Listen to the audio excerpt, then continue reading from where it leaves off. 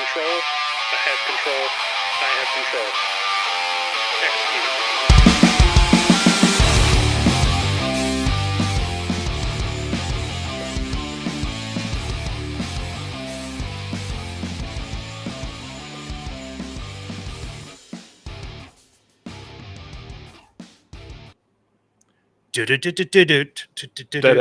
I think this is the first time we actually got the intro music to play. I think you're right. Well, welcome everybody to the Berm Limits podcast live with special guest Mr. Gary Marr and Mr. Aaron Little. Two of my absolute favorite people on earth, like legit, no question. And two guys that have influenced me greatly in the way that I teach as well. He's growing on me. Who? Gary. Oh, he does that like mold, like herpes. I think there's a salve you can get for that. I don't know.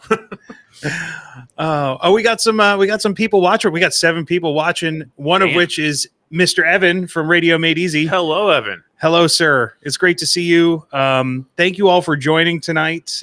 We have a special topic. Just to set things up this morning, Max and I were going over our notes, figuring out, hey, what are we going to do tonight on our recording? And I was like, you know what? Let's forget everything we had planned out, all the stories we had written that we were going to share this week. And I'm like, there's something important that we need to talk about. And that's all the stuff that's going to be happening, probably starting. Well, it's already started. But going through tomorrow and the upcoming weeks and the second summer of love. Is it the second, the third, the fourth? I don't know. There's been a few of them. Happens every year. Yeah. But so we have, with pulling that together, I reached out to the Facebook community. They're like, and I was like, hey, what subject matter experts do we have on riots? And of course, I thought, well, if I have one friend that would probably like to start a riot, right, I'll get Gary on here. And then a few people said, well, why don't you try and get Aaron? And I was like, well, yeah, of course I would want to try and get Aaron, but how am I going to get him on short notice? And then apparently all I needed to do was text him. Your powers of persuasion. I did move a couple of things around. Did you? I did. Oh, I am honored. Mainly because you're like, out of all the people in our circles that we've heard talk on this subject, yours, like you've been there. You've gone through it a bunch. In some of the personal protection stuff and just the way you think about it. I thought bringing both of you guys on here would be awesome to kind of try and pull it together so that we can have a constructive and informative, topic tonight for everybody to really kind of learn something and kind of think about things.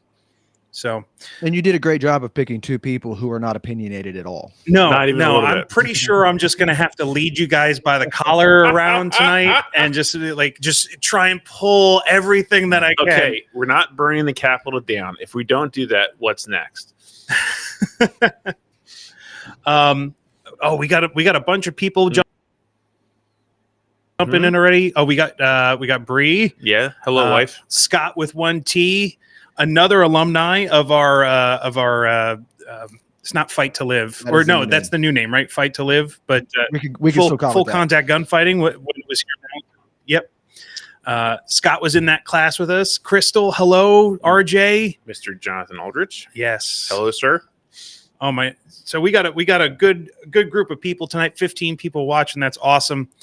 But yeah, so we're going to get into the discussion topic, obviously, but we like to start the podcast with at least an update. Yep. For the Bulletin community, of all the trainers out there that are listening through Bulletin, because that's what we are first and foremost as a company, to advocate for training. So we have a quick update. We got some classes coming up, some of which are probably relevant to at least some of the guys that are on this podcast right now. Because there's a ton of stuff happening this summer around the country, really. So let me pull up my notes, which have mysteriously disappeared. There they are. Okay. So we have, you know what? I'm terrible at this. Hold on. I have to pause for a second because before we go on to the Bulletin community updates, we have to at least first thank our sponsor, Midwest Industries. Yes. And tonight we are going to be doing a giveaway of a combat rail. Yes. So please enter. There's a doodle thing that Michael put up for you to click on. Mhm. It is important that if you want to win the thing, when the drawing happens, you have to be on when it happens. Again, you have to be on the live stream when it happens, when the giveaway happens. But guys, like everyone I know that is serious about this stuff has one of those on their rifles. I believe there's a guy on here that even spec'd out that rail for his personal signature rifle. Yes. I think so. The I Tremis almost brought that signature up and put it in the background, but you know how YouTube is. Oh yeah, they're gay. That's probably a smart move. But yeah, guys, you can't go wrong with any of Midwest rails. They are fantastic, and it is awesome for Pete to sponsor us and have us give the opportunity for other people to get good gear in their hands. Yeah, all those guys over there at Midwest are amazing. So definitely click the link, enter your information, and then you get to choose a Midwest combat rail of your choice. So any size that you want, as long as it's within stock, I guess. So Pete said, yeah, just tell somebody if they win that they can pick a size. So Right. That guy, he's the best. He is awesome.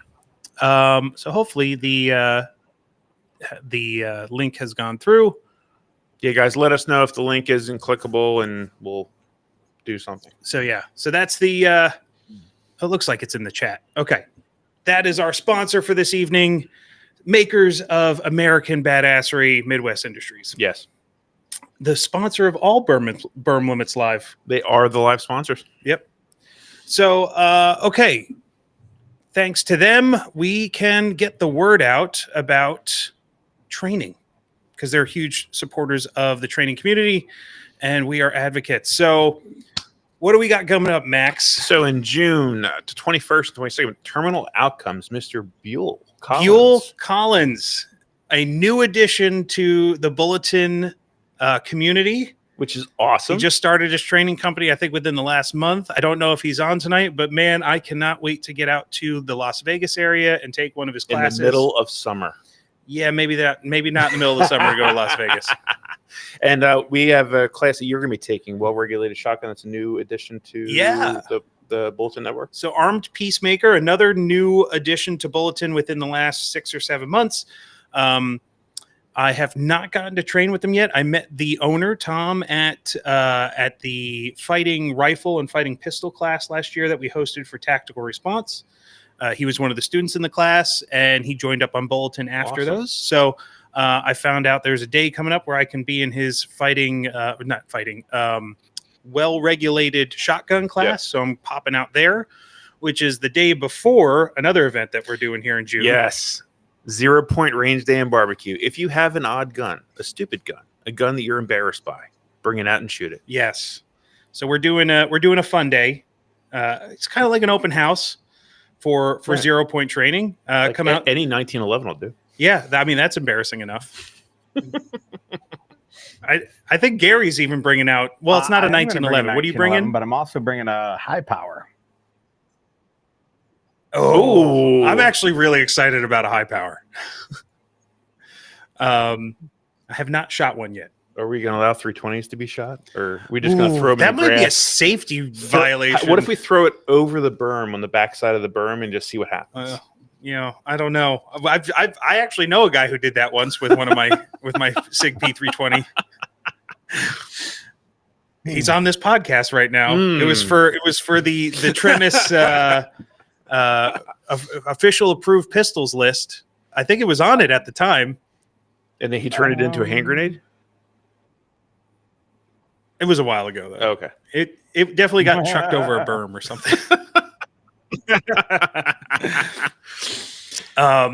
So yeah, we're gonna have a fun day. That's on June 29th. So anybody out in the Sugarloaf, Pennsylvania area should definitely come out for that. It's gonna be a good day. I hear the 0 Point guys are pretty cool. He's all right. Yeah, he's okay. Yeah, he's a ginger. I mean, yeah. So then we have some awesome stuff coming up in July. And by the way, everybody, this is by no means the entire list. No, these are just highlights and interesting classes, different classes, new additions to the Bulletin Network. Yeah. Don't take it as the idea that like this is all that's out Yeah, there. things that caught our eye, Yeah. the highlights, if you will, over the next few months. Because if you go on there, there's I think currently over 90 events.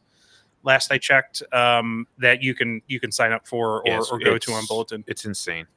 Um, So on July 6th, Trimmet Dam is nod fishing. Do you just put nods on and go to a creek and Something like that. dip a pole, or I would, yeah? I would totally be down for that. We almost did nod I have done kayaking once. kayaking. I know.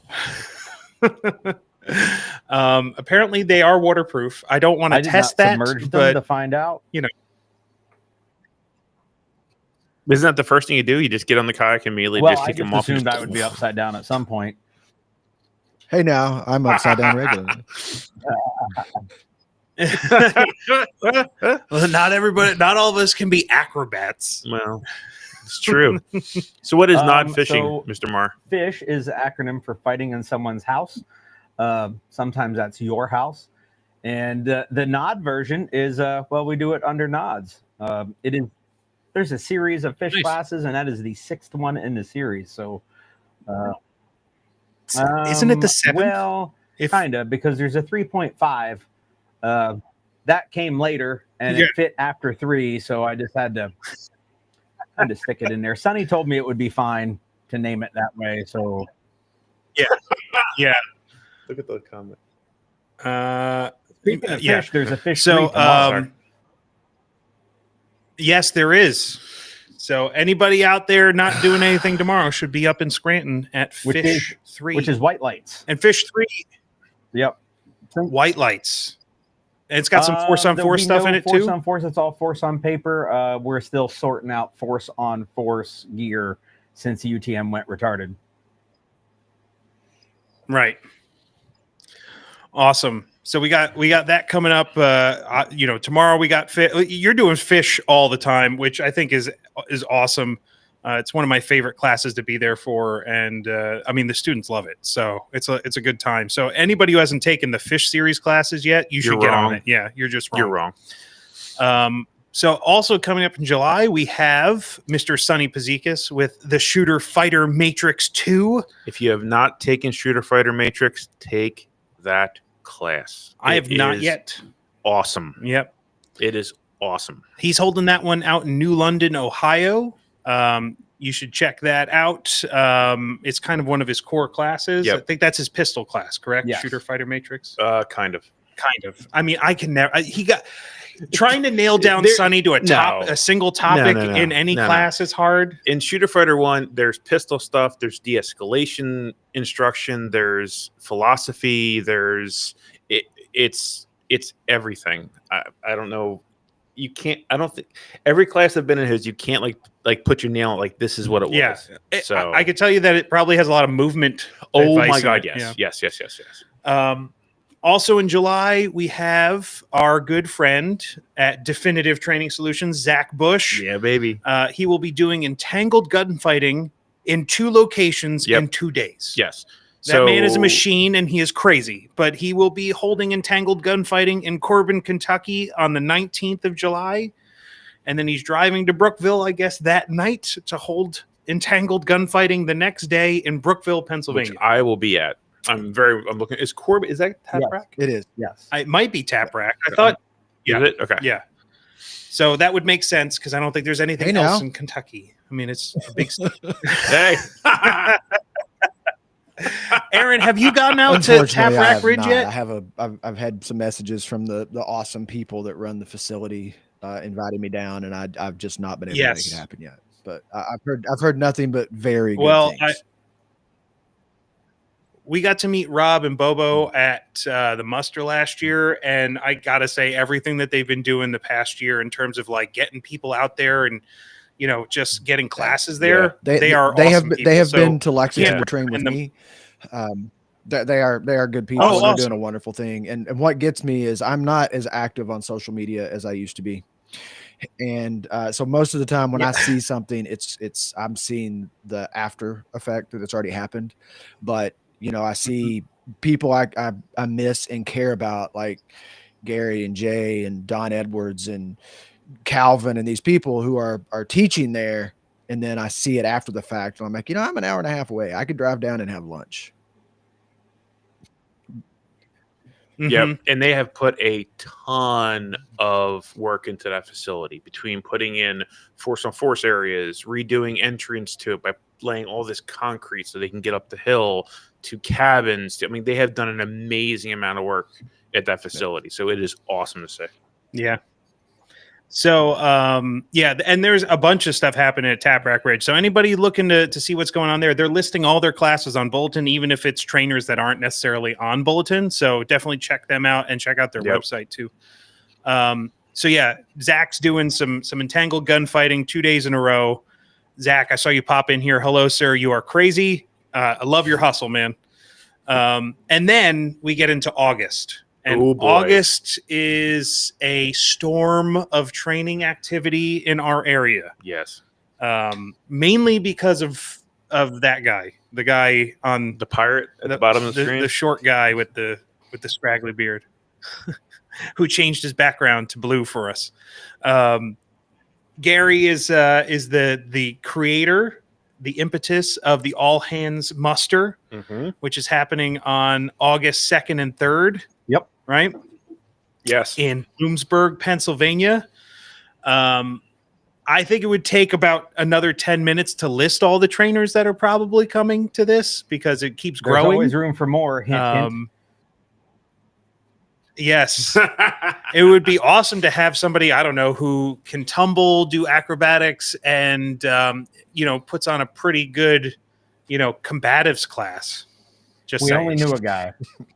If only there was. If only we knew a guy. If only there was an amazing trainer that we love. Be careful with that amazing part. Well, I mean, amazing does classify like the stunts that you can pull with like aeronautics. That's Tim Morris's world. Who is also coming to the muster. Oh, how fantastic is that? Yeah, we keep getting a growing group of people from the tax force the Misfit Toys circles every year. Yep. The Misfit Toys. Yes. So we got the muster coming up. Awesome probably over a dozen, right, Gary? Yeah, easily over a dozen. Yeah, great names. Bang for your buck. You can't touch it. Pretty much everybody we've talked about on this podcast so far, plus a dozen more probably. Over 2 days, live fire, lecture, probably some combative stuff, a mix of everything. We don't know what it is yet. The trainers get to choose, but it's a sampling and a really great event that with vendors and giveaways, and it's a great time. So you should all come out to the All Hands Muster August 2nd and 3rd. You can find the link on Bulletin, obviously, but you could also check it out through Tremis Dynamics. And then around the muster every year, there's always classes because, hey, we'll get the trainers out there and, they can line up some classes either before and after. And we got Sonny coming out for AK Knowledge, right? And he's doing that force on force thing too before the muster, I think. Oh, did I miss one before the muster? He's got like a 3 or 4 day thing again, right? 3 day, whatever he calls his force on force. Yeah. Oh, Violence Uncensored. That's it. That's it. Okay, so I'm terrible. That one I may have to make sure that one gets on Bulletin. That wasn't on there this morning, so definitely check out Sonny's website, Forward Training Concepts, for Violence Uncensored. That'll be before the muster, and then AK Knowledge will be right after on the 4th and 5th. Yep. And then right after AK Knowledge, we have Bedroom Bedside Bullshit with Mr. Tom Hollaby of Ashigura Defense. Right. I'm super excited. Get to meet Tom for the first time at the muster this year. He's coming out here. We got his class coming. I believe that's a home defense related class. I would assume. Mm-hmm. I bet you there's going to be maybe some topics on slings in that class. There might be some kind of a discussion about slings. There might be a discussion about slings. And then there's a lot of other stuff happening in August, but the one that I would definitely want to call out, one that I'm super excited for, and I will absolutely be at October 23rd through the 24th. Oh, sorry, not October. August 23rd through 24th. Active shooter from Definitive Training Solutions. Yeah, baby. Out in Mount Carmel, PA.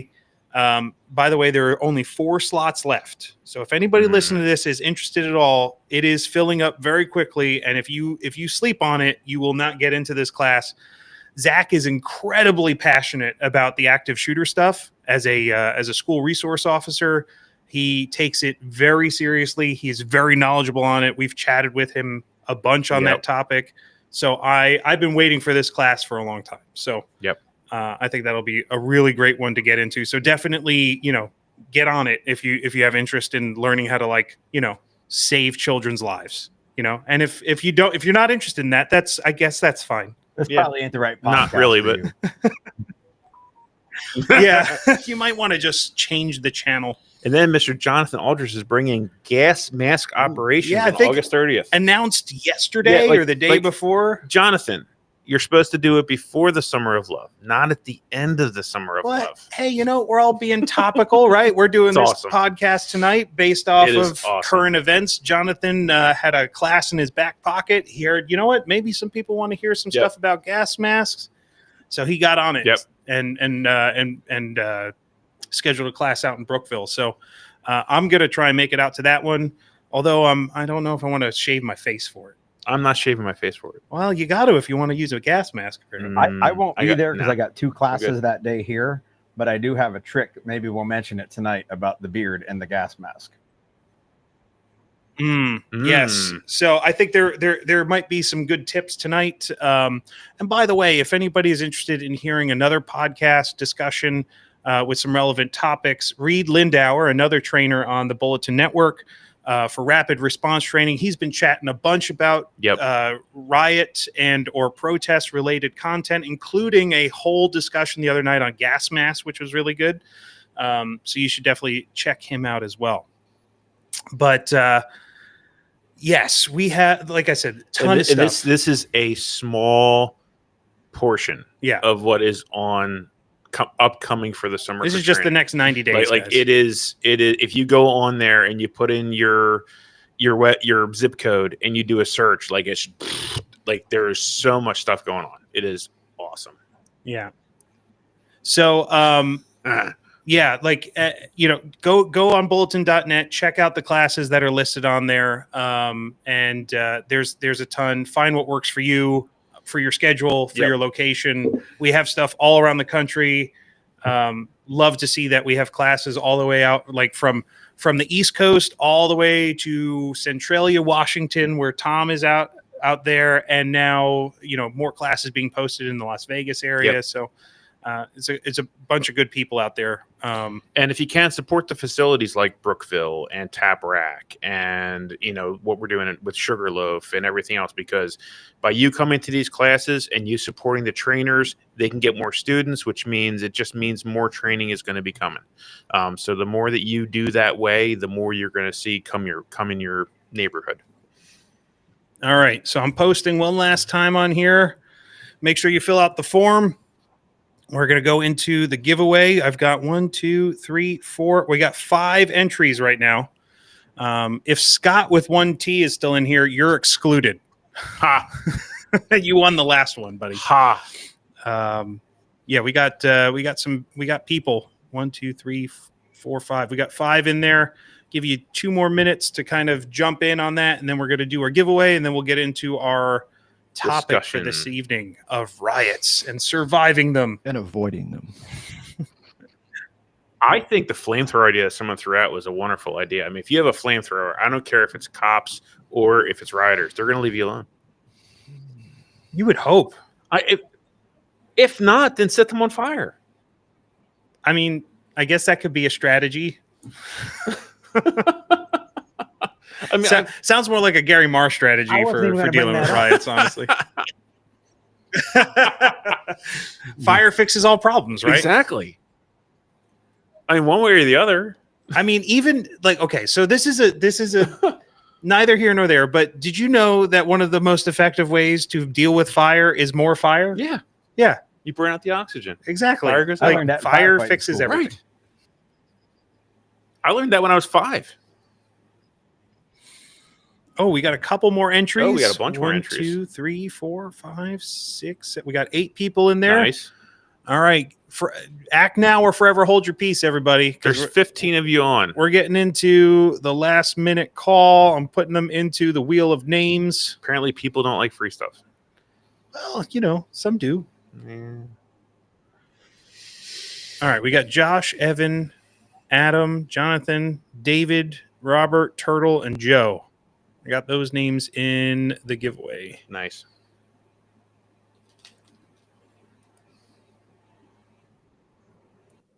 All right.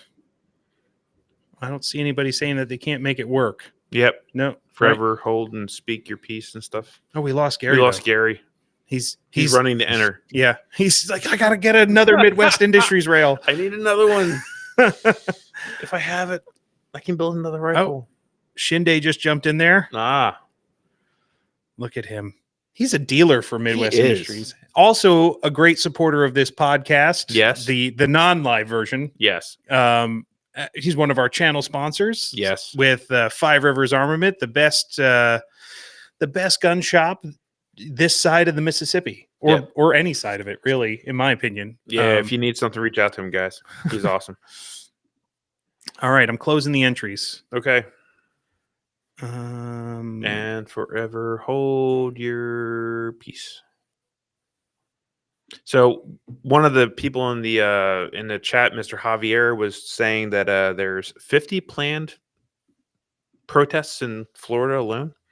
50 in Florida? That's what he said. Yeah, That's crazy. and there was apparently a sheriff put an announcement out that if you're found doing rioting things, then you may have to have your family pick up your remains. So yeah, it is Florida. Hmm. Those rioters probably use alligators. Okay, let me pop Are we over ready here. to- Yeah, we're gonna do the Sweet. thing. Here we go, Let me guys. Get the entire screen. wheel Get of the wheel names. of pain. I mean names. Man, Shinde's name is really big. Yeah. Well, it's because he might be disqualified because he did not enter his full name, which is the actual. Yeah, we'll see if he wins, and then I'll give him shit for it. Yeah, well, as you should. All right. So that's it. We got everyone in here. Drop a YouTube link. Can't find it. David. Sorry, David. You can get it on the next one. We do a giveaway at every live stream. So here we go. We're gonna hit the button and we'll see who wins. Drum roll, please.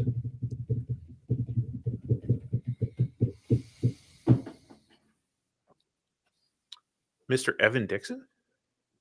Ah, nice. Evan. Congratulations, Evan. Congratulations, sir. You have won a Midwest Industries combat rail Nice. of your choosing. Whatever length you want, we'll reach out to you after the podcast. We'll get that from you. And our friends over at Midwest Industries will send you that bad boy in the mail so that you can put it on a badass gun and make your gun more capable. Exactly. So those are awesome. I have them on a few guns.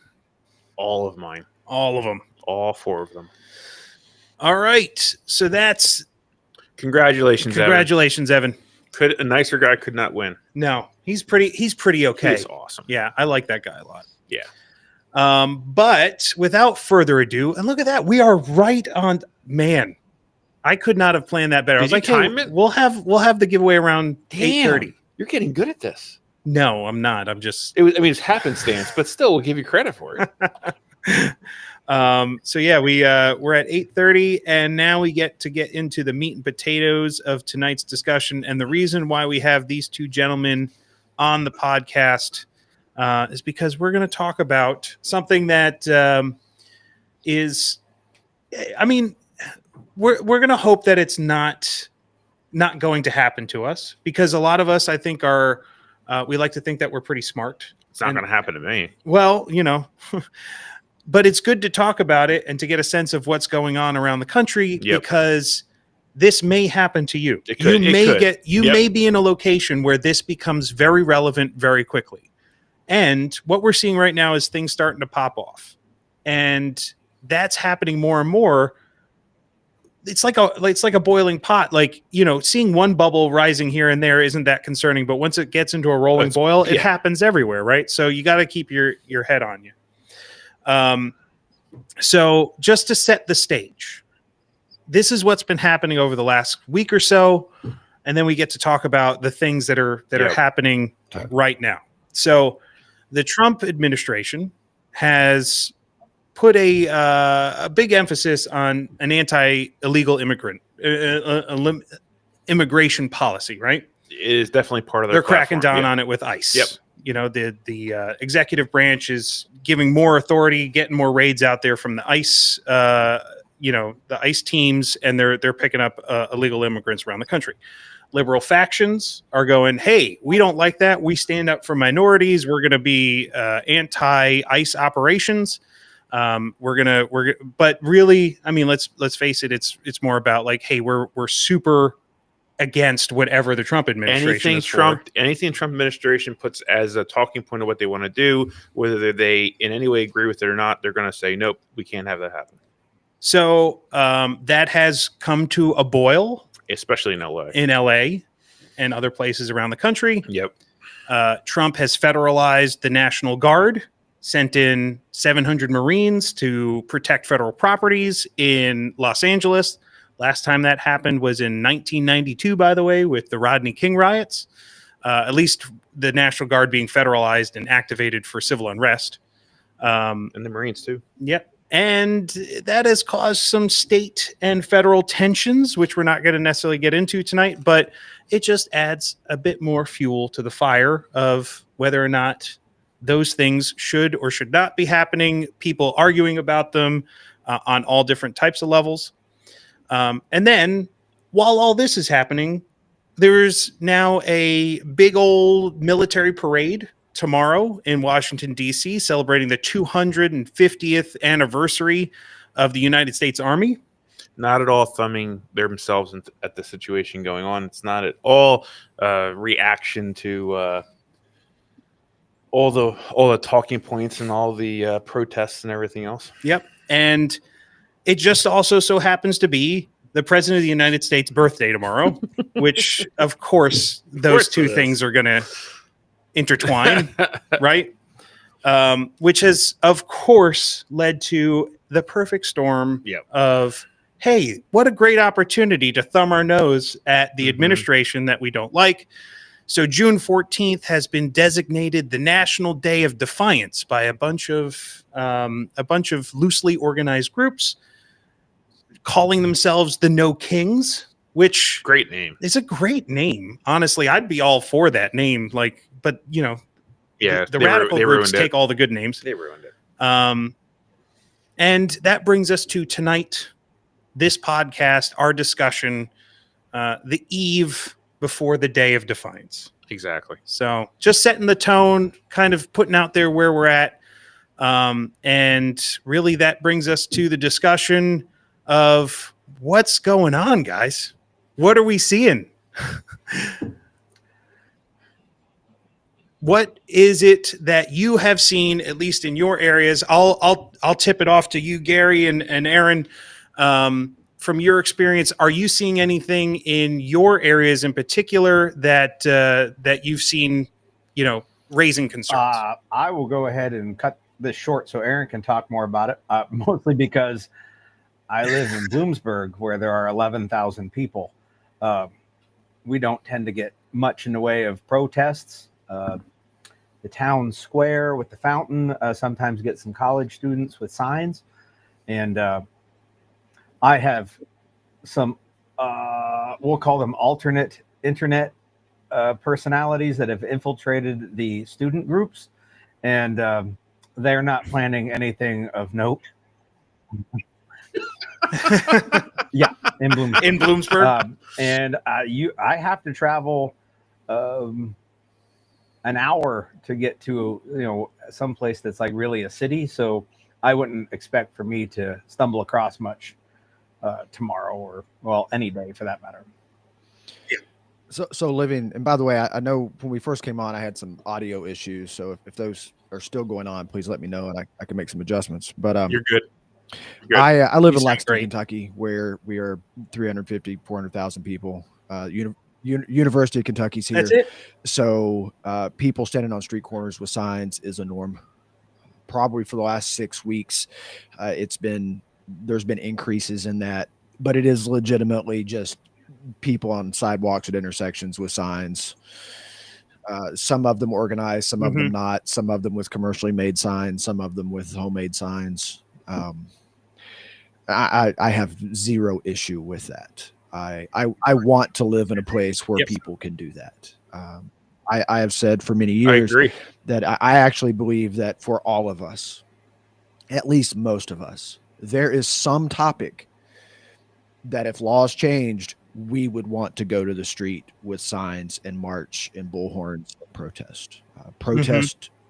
Protest defined our country. Yep. I mean, we talk often about the Boston Tea Party. That right?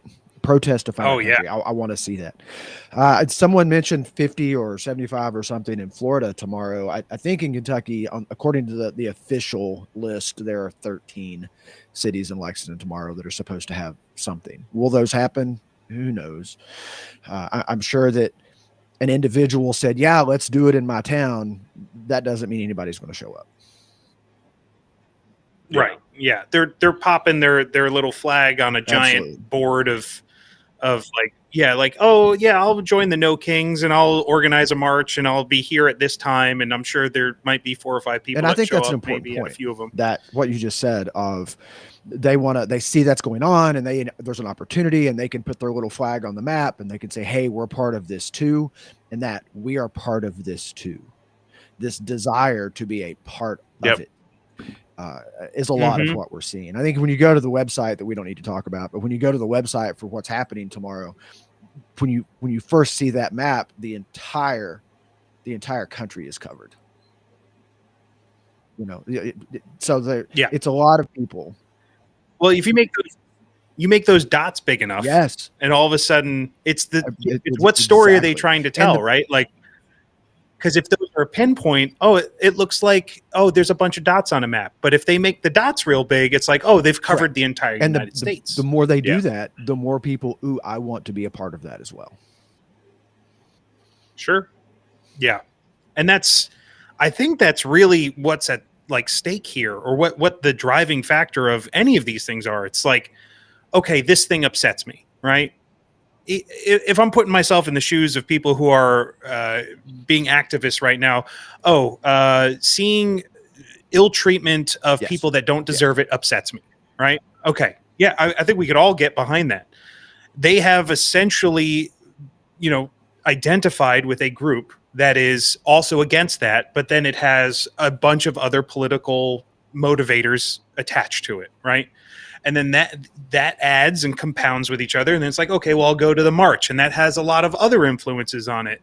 And it just, it's things that compound. And then you get these kind of mixing ideologies. And then that's kind of how we get to this whole idea of like right versus left. And then this is a left issue or whatever it is. But it's about belonging, right? Like I identify with this issue and I want to express that and feel, like I'm part of something that other people agree with. And I know that right? You have such a beautiful outline of topics that we might talk about this evening, and I struggle with that so much because I want to bounce all over the place. So I'm going to. Please do. Yes, that was the whole point. The outline is my brain, not. And by the way, my position is always going to be based on protecting people, protecting ourselves and the people we care about. That is above the cause. That's above why this is happening. Protecting people is what is most important to me. But I think it's important it's easy to get caught up in an us versus them mentality. And when we do that, we take all of them and put them in one bucket. And that's dangerous for us to look at them as one singular mind. And it's not true. The them, that sounds so weird to say, them are made up of multiple groups with multiple motivations, multiple reasons. Some of them And it's important for my line of work. It is mission critical to accept the fact that some of those people are actual true believers. I agree with the sentiment that a large number of people, the largest number of people, are going to be against anything that our current president says or does or wants to do. But there is an element that are true believers. They believe there's an injustice and they want change. They may not know what that change is. They may not be able to articulate their position, but they do truly believe there's an injustice that needs to be corrected. The moment we forget those people, I think that's when really bad things start to happen. Oh yeah, 100%. Because at its core, and this, I try to keep a very level head on this whole thing, you know, like see it from both sides. Like good people, like illegal immigrants are, you know, can be good people. Sure. Like just because they're here illegally, like they're integral members of society. They have families. They have, you know, they're humans, right? To see them treated poorly or you know, incompassionately, it is upsetting, right? There should be people upset about, you know, bad things happening to people that are good, regardless of what the situation is.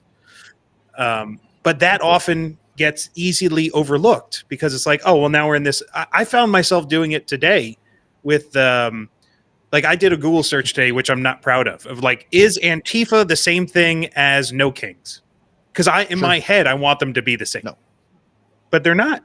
Like they're not meant to be. Like we like, to your point, we try to make them the them, right?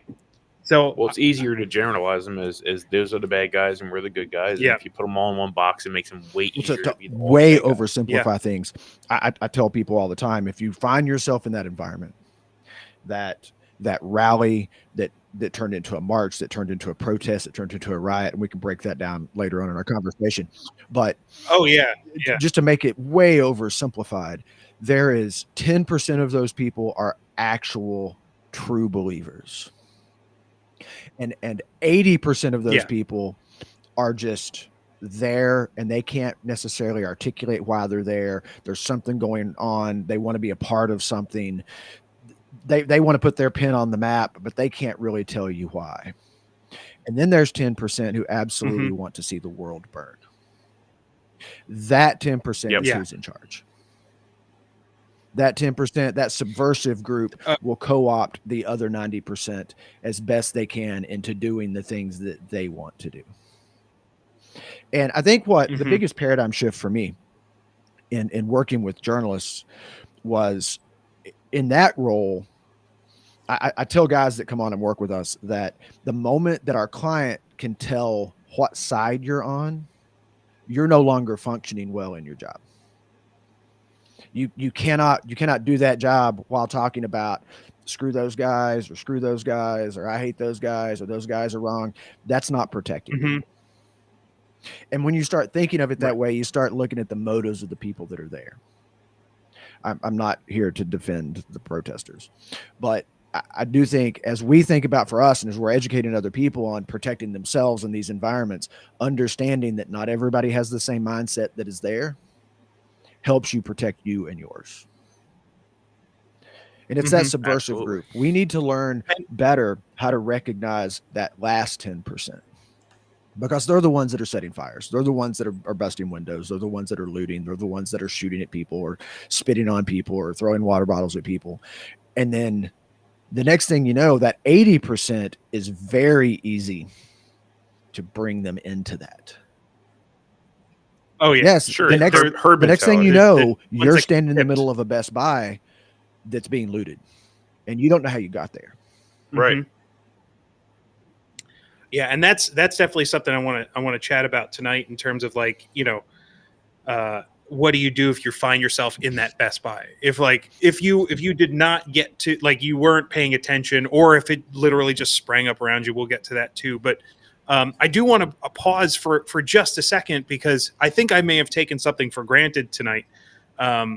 Just as people assuming, or I assume that people would know who we are, what perspectives are bringing to it. So, Aaron, just to clarify, you're your background is from an executive an protection acrobat. standpoint, correct? And it's just an acrobat. There you go. An aeronaut, Yes. right? Yes. And over the last 5 years, I've spent a sad amount of time across the original Summer of Love of 2020. I did 10 to 12 hours a day, 7 days a week for most of 2020, protecting journalists covering protests and riots around the country. So I forgot to kind of set that tone at the beginning, because that's a great a great vantage, or a viewpoint to have, and experience to kind of pull from.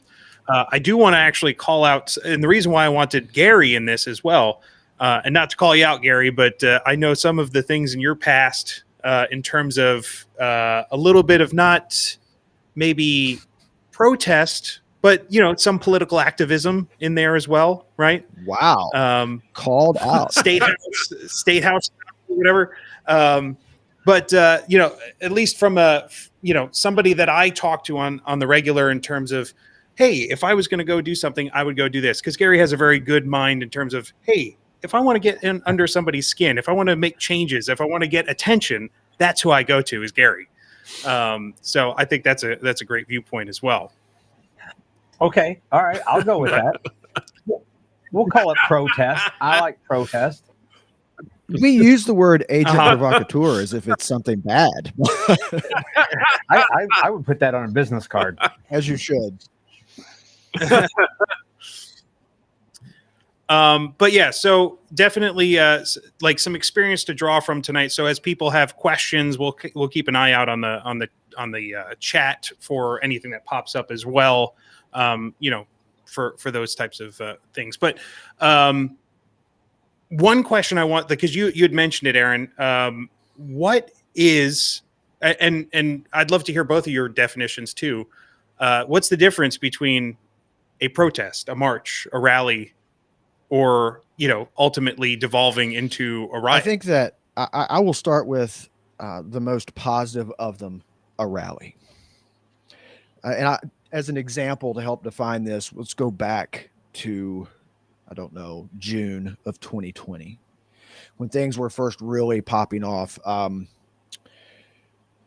cannot believe George Floyd incident had just happened, or the George Floyd had just happened. Coincidentally, at the same time that the 911 tapes were released of the Breonna Taylor issue in Louisville. So things were popping off all over the country. And in my hometown, which I have said for the last 5 years, the absolute greatest example of the way it should have been handled was in Lexington. So it was great. But I did spend some time working with some news agencies here in town, and they had rallies. And those rallies were at the courthouse square. There were speakers. People went each day knowing who the speakers were going to be. The speakers talked about the actions they had taken that day, the meetings they had. Here's what we did. And then that rally ended with a march. I don't like marches, and I can explain why later. But No. The march is where the subversive group can really start to instigate things, because they get away from the central location, and then it's easy to start manipulating people. But the marches in Lexington, before they would start, the organizers of the rally would say, we're going to do this. We're going to go from this location to this intersection, down this street. They would define exactly where they were going to go and where it was going to end and how it was going to end.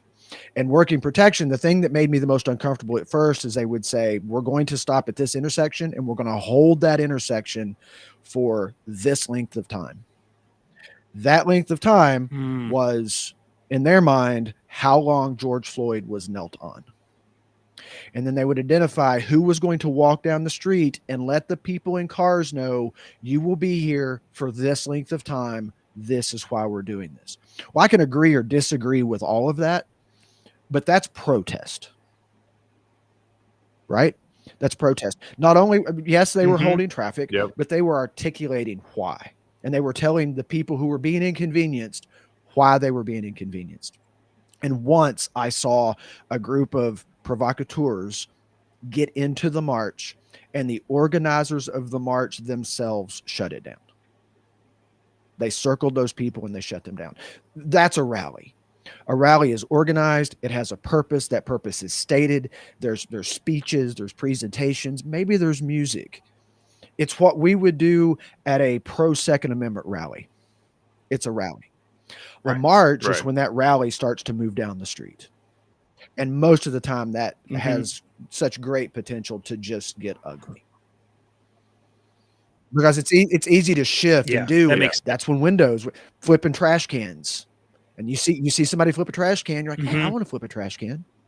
I want to bust a window. I want to set that trash on fire. And that just grows exponentially. I think one of the things added on there too is like, so a rally is a defined place, right? So you have your rally, you have maybe a permit. I mean, I don't. Yeah. But it's defined, right? Like, hey, we're going to stay here. Tomorrow in Lexington, it's downtown at the Courthouse Square from noon to 3. That's already stated. I'm sure there's already tapped who's going to give presentations and what they're going to say, and signs will be handed out and all of those things. At the end of that, if they decide, all right, let's take to the street, that's when I really start to get concerned about it. Yeah. Because at that point, you're not just expressing your grievance, right, against society. You're then inflicting your will upon other people, because you're now impeding their travel, which that is one of those things that's a big red flag for us in terms of like, oh, well, if my travel, my ability to move gets compromised, then I am less safe, right? So all of a sudden that group starts taking away or inflicting their will on other people. That to me, I think is a pretty good line. I mean, just like red flag, and just in general, like, it's just dangerous. Like, even if it's organized and peaceful and has intention to it, it's just dangerous because you don't know the mindset of the people that you're stopping. Like, you don't know what their reaction to that is going to be. And if that turns violent, it's going to be very hard to get another group of people that are there to not react to it. So it's just an out of control animal, becomes one really quickly. So then, okay, we have the rally, which can turn into the march, which becomes a form of protest. I think protest is an umbrella. Yeah, it's a blanket. Yeah, I would agree. A rally is a protest. Because a rally is writing a protest, letters right? is a protest. You know, calling your congressman is a protest. Right. Absolutely. It's a redress Which, of grievances. Again, we would. Right? There's some issue that we would all want to do. We probably have in some form or fashion, especially Gary.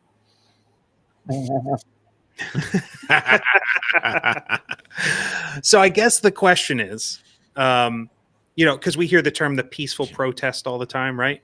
It was a mostly peaceful protest. At what point does it start becoming fully peaceful to mostly peaceful to then somewhat peaceful? And then at what point does it break the line into the riot? Once again, a peaceful protest, I see, and I have some personal experience that bothers me with this. Peaceful protest is marketing. Peaceful protest is virtue signaling. Peaceful protest is a term adopted by media. It's not a real thing. We can say, hey, that rally was peaceful. But I got back from, I don't know if you guys remember the NFC coalition was a group that marched all over the United States. You had to be armed. You had to be dressed in, military garb and all these things to march. And me and my teammate and the media crew, the news crew we were with, got held at a large group of guys with AKs held us for a while. And when we got back to the news station, the general manager of that news station commented, at least it was a peaceful protest. And I corrected her. And that news station never used the expression peaceful protest again. I'm sure she wouldn't have thought it was peaceful if the AK was pointed in her general direction and she was told not to move. It would not have been the first, description of the situation. But I'm okay with rallies. I'm actually can be okay with marches. I just know that at a march, that's when if we're there, we really need to be paying very close attention to the sights, the sounds, the smells of knowing, is the tide shifting? Yep. My dad always told me when I was younger, he said the First Amendment is not about speech you agree with. The First Amendment is about speech, and that even goes back to this impeding of movement. I've thought often, if no, Gary's not allowed to speak. If it's a multi-lane highway and there's protesters marching down one lane, but traffic's flowing in the other lane, I'm okay with that. I'm okay with being inconvenienced. Right? I'm okay with being inconvenienced. Again, there is some issue that all of us would be willing to inconvenience people over to get our message across. Maybe we've not been good at that. Right? Maybe as a collective, as a group, as a people with a shared common interest, we've not been good at inconveniencing, at getting our message. I would probably agree with you. Mm-hmm. That probably requires a level of moderation that some of us don't have. Well, that is absolutely correct. That is absolutely correct. Because we would fall victim to the same issue. There would be a small percentage of true believers. There would be a large percentage of people who just want to be there to see their buddies and get to do something on a Saturday afternoon. And then there would be the 10% that wanted to see the world burn. That would be true on our side as well. Oh yeah, for sure. For sure. Is those percentages represented well in tonight's podcast? I believe it's possible. There's only 4 of us, Gary. Well, 25% of us want to see the world burn. Maybe 50, depending on the day. All right. So, getting to that point, okay, we obviously there's the forms of protest, and then would we say that there is a clear break between protest and riot? Absolutely. Or is riot still a form? So let me ask the question to both you guys. What is the line? What is the line in the sand between protest and rioting? For me, and I don't think this equates to the legal definitions, although I was looking at those earlier today. If you are creating victims, you have passed protest and are into a riot. I like that. I was going to say when laws start being broken,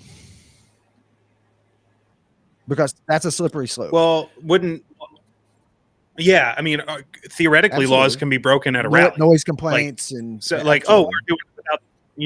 we're doing it without a permit because the government, we're protesting the government that doesn't want us here in the first place. Okay, a law gets broken. When I see trash cans being tipped over, that's an indication to me that this is going south. Going south. Yeah, that's a trash can tipped over is a step away from a trash can being set on fire. Is a step away from that guy that has a hammer hidden in his jacket pocket from smashing car windows. And we should not. And if you've read things that I've written online, if you've taken a class from me about this subject, or you've just talked to me about it before, you've heard me say, "Go home. Go home." If you want to go to the event in your hometown tomorrow, as a spectator of the culture, you want to see what's happening. You want to be educated and know what the other side is saying. Okay. But the moment people start shouting, the call and response, the chant, somebody says this, the crowd says this, that is so benign, but it is a step away. It's a step away from controlling the mob. Would you say when that those things happen, go home? And if it's still happening when the sun goes down, you should not be there. Every bad things happen after dark. Yep. Oh yeah. That is, I think that's a universal concept. Yes, people would agree. 8 o'clock. If the rally's at 8 o'clock, that's don't go. And to be honest, I've noticed that the ones for tomorrow are noonish, pretty much everywhere. Yeah.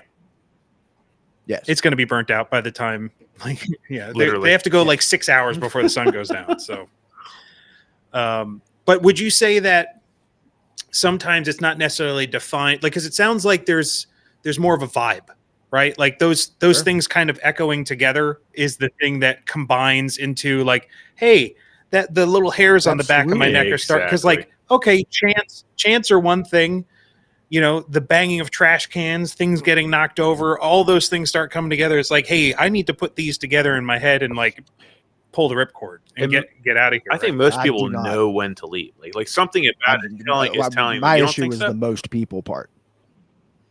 Most people Oh, okay. do not recognize. I told this to. I shared something on Facebook a few days ago.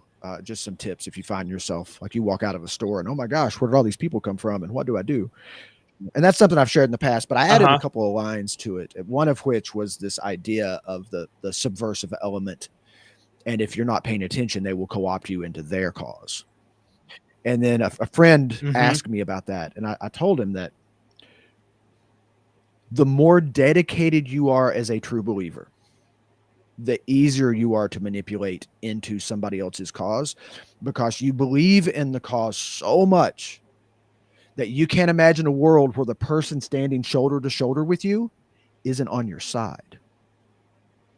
And when you see them as a teammate, you act as a teammate. Yeah, absolutely. You fall into groupthink very as an quickly. example, the chants can be like cadence in the army. You know, it can be something that's catchy and it's easy to get caught up. I say this, you say this, and everybody's chiming in and it's echoing and you feel like you're a part of something. And then it's F the police. And then everybody's chanting F the police. And you are suddenly manipulating those people subtly, one step at a time, like boiling that lobster. And the next thing you know, you have whipped them into a frenzy. That's why I say most people won't recognize it, because most people will get caught up in it. Yeah. And that's I mean, not to say all these things are conniving or like, you know, planned, if you will. I think there's an air of that, something that we think about a lot in terms of like, is there political motivating factors to these things? Are there architects to these?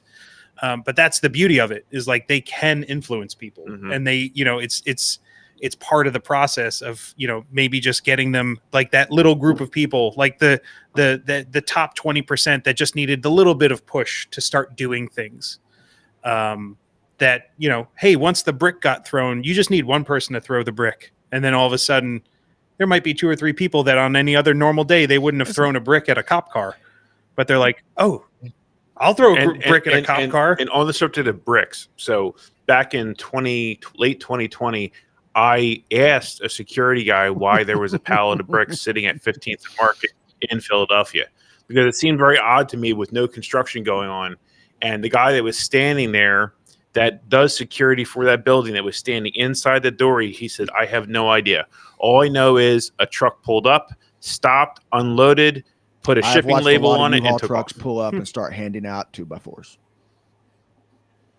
Yeah, it's like.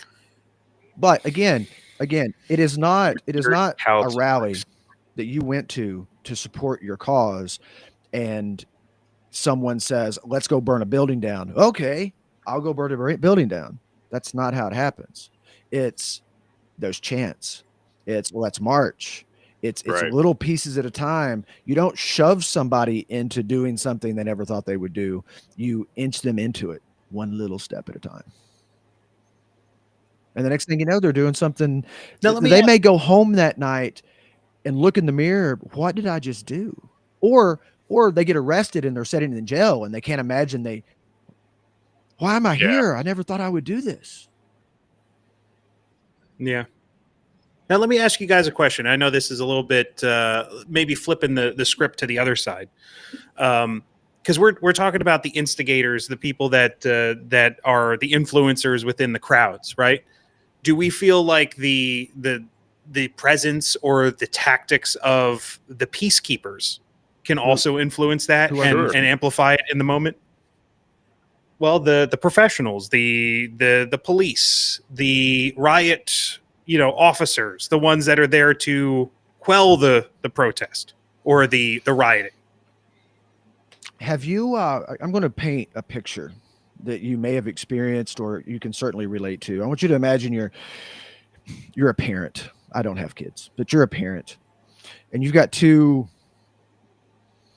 6-year-old and a 7-year-old boys in the back seat of the car. And you can't see them. You're driving, and the 7-year-old keeps poking the 6-year-old in the arm over and over and over, and finally the 6-year-old can't stand it. And he shoves the 7-year-old. And the 7-year-old goes, "Dad, he hit me." The police are the 6-year-olds. That's not a negative. That's not throwing shade at police. Obviously, I support law enforcement greatly. But the provocateurs know exactly how to push those buttons. Yeah, they're easily to manipulate the police into, and the moment they lash out, that was caught on camera. Yeah. Yep. And I only ask that because that's the talking point, right? Like that's the response of people out there who don't think or don't critically look at these types of situations and go, well, the police are causing it. Like them showing up with their riot shields and their helmets and their batons, they're the ones that are escalating the situation. And I think we look at that and go, well, that's kind of silly because they're showing up because it's their job. This 7-year-old is poking at the 6-year-old. Like there are precursors that's why they're showing up in the first place. Some of the most horrific things I've up. ever heard one person say to another has been protesters saying things horrific that I'm not going to repeat, but horrific things to maybe slightly overweight female white police officers. And your mind can run amok with the possible things that could be said to that woman. Right. Because that is the best way to get one of her teammates to want to defend her. And then you've got a cop lashing out at a protester. Yep. I saw a video today of just that happening. Like, just words being thrown and all of a sudden it ugly words that would make any of us want to stand up to protect our own. I use those words when I'm talking about elected officials all the time. Sure.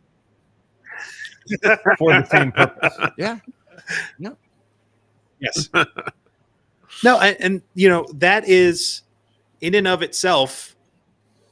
I mean, where is the line drawn? Because, getting them to react like that is what they deserve, right? Like, if you're a public official or if you have political aspirations and all that stuff. And that, Gary, this is where you and I usually align a lot in terms of like, they deserve everything that they get in terms of, people poking fun at them or trying to get them to instigate because they're in a position that they should be able to contain themselves or hold themselves accountable, right? So internally dehumanize them as a whole so well that I can sleep peacefully at night. I've missed you, Gary.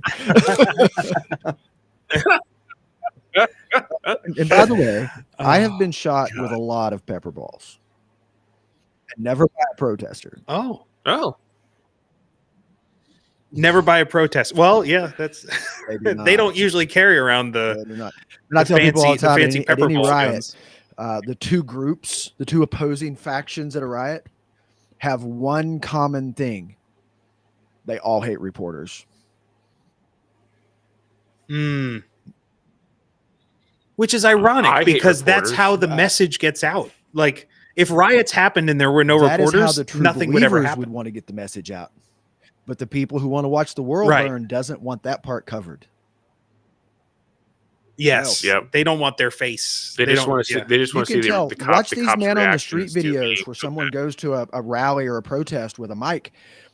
True believers wants to tell you what they think. They want to tell you why they're there. They see an injustice and they want change and they will tell you about it. But when the people are like, no, you can't talk to us. You need to go away. Get them out of here. Do you not have a message that you want out? Do you not have a cause you believe in? Yes. Well, why are you here? Yeah. They don't want to admit it. Hey, before I forget, and But because I will forget, and we'll end yeah. this, and I'll be like, why did I say that? I just wanted to recommend a couple of books, and these are old. Oh, please Like, do. this one's from the 1940s, and if you're only going to read one book on this subject, it is, and maybe you've all read it, but it's The True Believer by Eric Hoffer. And this is his thoughts on mass movement. So the subtitle is Thoughts on the Nature of Mass Movements. It's what happens that causes people to become followers. And you can probably pick up a paperback copy on Amazon for just a few bucks, from the 1940s. The other one is a much longer title. It's Extraordinary Popular Delusions and the Madness of Crowds by Charles Mackey. And this was written in the 1800s. And it's also about how people become followers. And I think we spend a lot of time, we are the royal we, talking about things like EDC. Make sure you carry a tourniquet, make sure you carry all these things. But we don't talk enough about why they happen. And from my world, the more I can understand how those true believers get co-opted by the subversive group, the more I can recognize when that's happening and get my clients out of there. Mm-hmm. Because my clients have to be there. Yeah. That's their job. Yeah, Right. That's their job. Like they're in a sense a true believer of their most calling, of the time, which is I got to get the word out. Yeah, because I highly doubt there's a flippant or casual reporter that's willing to go into the fray and be like, oh yeah, let me just step into this potential riot or political hotbed, and we'll just pop out of there if things get bad. Like they, I have a lot of respect for media people that kind of put themselves there because we need to know about it. It's the same thing as war reporters, right? Yep. Hey, Mike, if you check the private chat box, there is a link for the first book, the Eric Hoffer book. I can't post links. I can't type anything in the open chat. Yeah. Oh, okay. And it's $1.99 on Kindle right now. Great. So $11 paperback. Wow. Nice. That's one of them. See, that's why I bring Gary around. He's got the Amazon links for days. On that, in case anyone wonders. Fantastic. But, good move. A $2 Kindle book. I don't know how many of those you all would have to buy in order for me to notice it. So, but if they click on that link to buy their Kindle book and decide to also buy a new generator, you get credit for that too. So that's true. Yeah. So let me click that link and give the bulletin affiliate. No. No, I mean that's awesome. And I think the book, the reading, the intellectual side of it also kind of speaks to one of the general kind of topics that we wanted to kind of get into tonight, and that is what can we do before these things to learn and to avoid them in the first place, right? Because I would assume that the best way to survive riots, protests, civil unrest is to not be there in the first place. As I say often, if you don't have a legitimate reason, and there are legitimate reasons, you're a police officer, you are a reporter, you're a journalist, I can go back and forth on this, but the thing is happening at a location where you own a business. There are reasons, legitimate reasons to be there. In the absence of those, go home. Go home. And if you loosely believe in the cause, you sort of believe in the cause, you want to know more about the cause, and you go to a rally to listen to the speakers, the more you've educated yourself on what true believers might believe, why they think this is a just cause, the easier it is for you to recognize when it's deviating from that purpose. Right, let's go to Los Angeles and the burning of, is it Waymo, the electric taxi cars, self-driving taxi cars that were set on fire, right? That does not further any cause. Yep.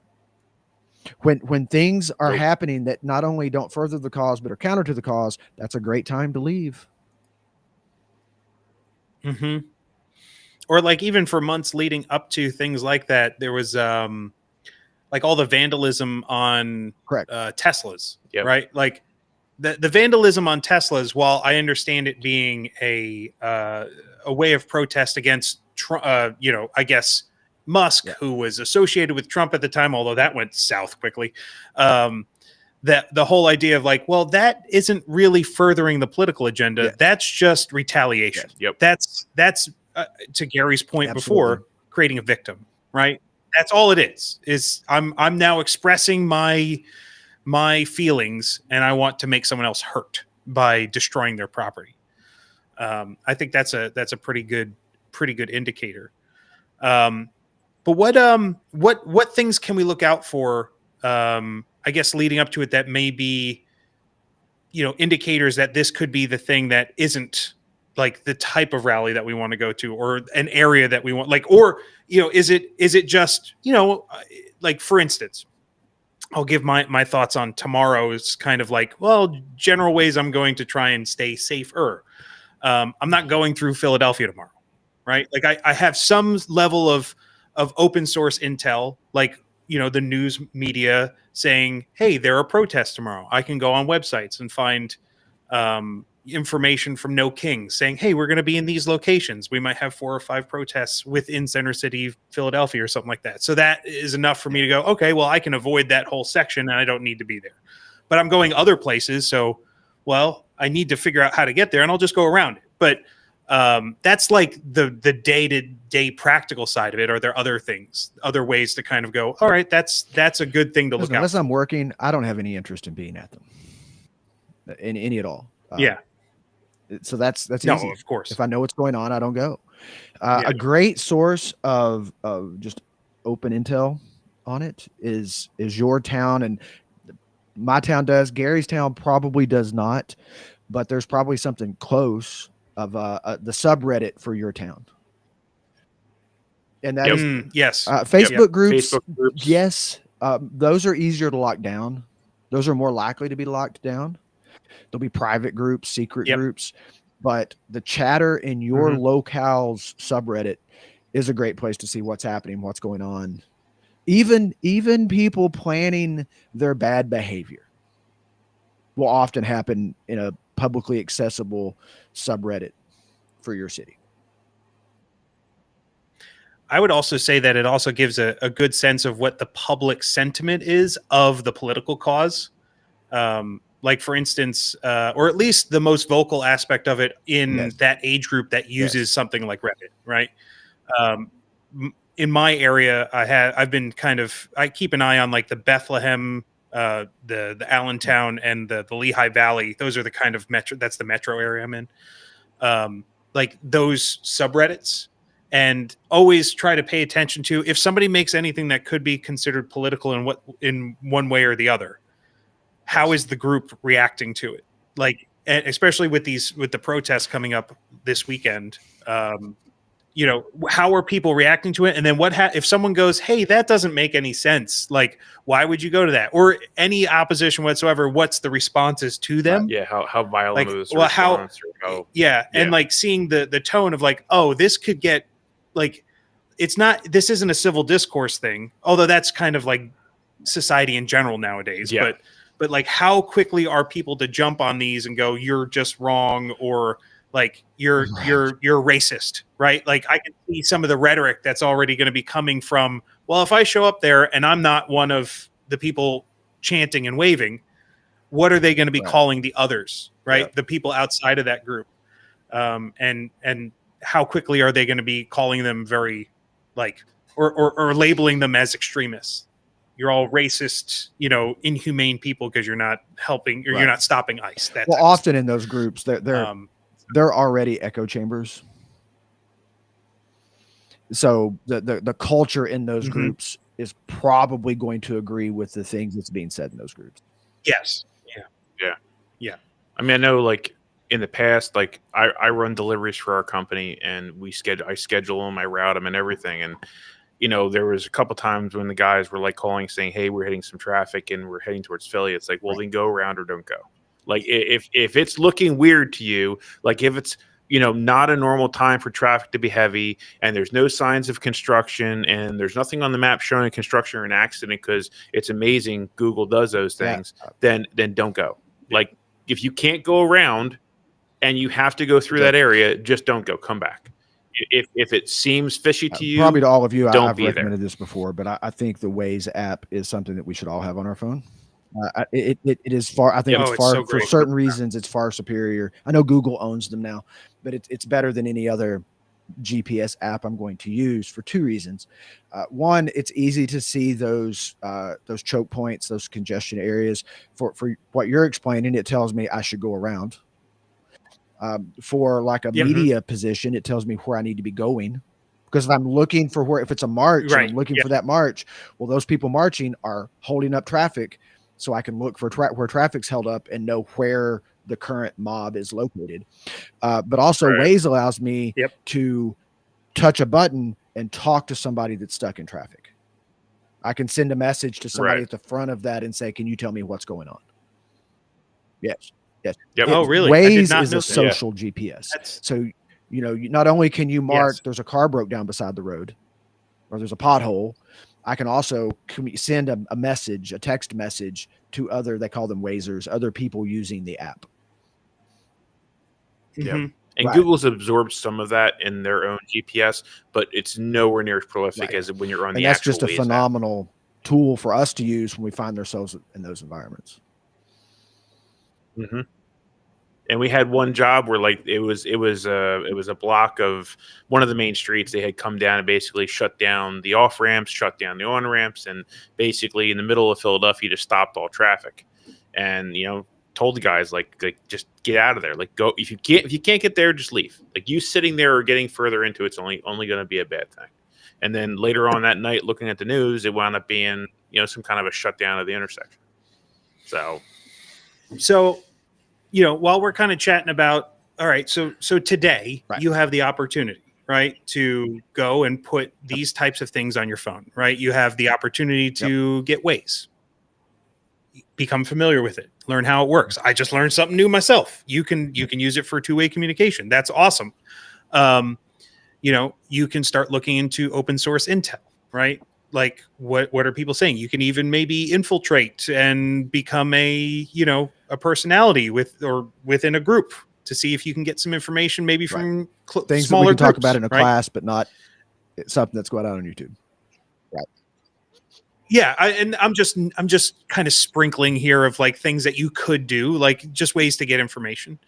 I guess the thing that you could also do, and this is one of the things I think people love to hear about and talk about, is like, what can I bring? What can what's well, I mean, obviously skills that you can pick up in classes. I think we're all big advocates of classes.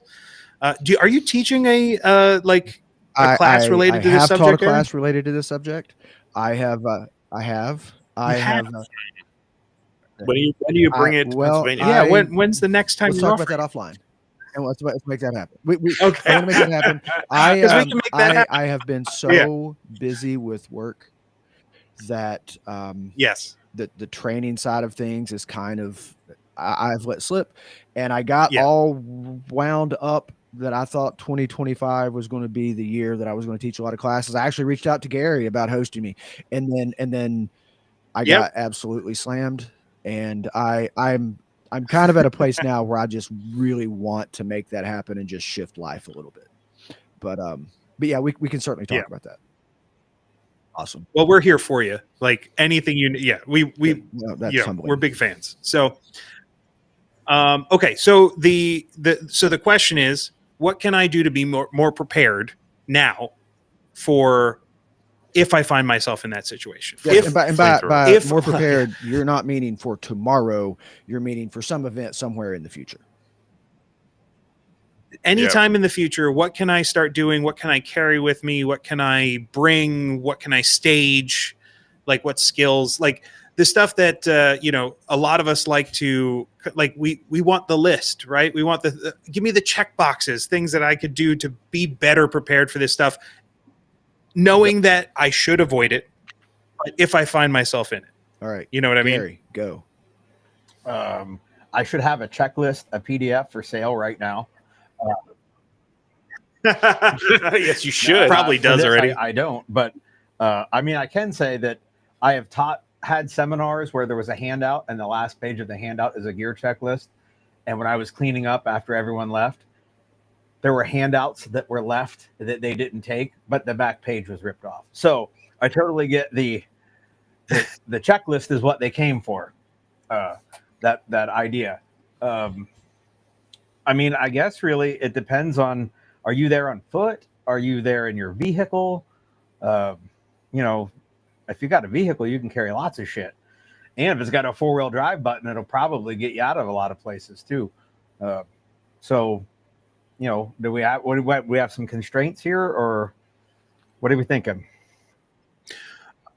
I would say, you know, let's think of it around the car. Like, okay, the people who are typically mobile, but they've found themselves in a situation that, this went south quicker than I expected.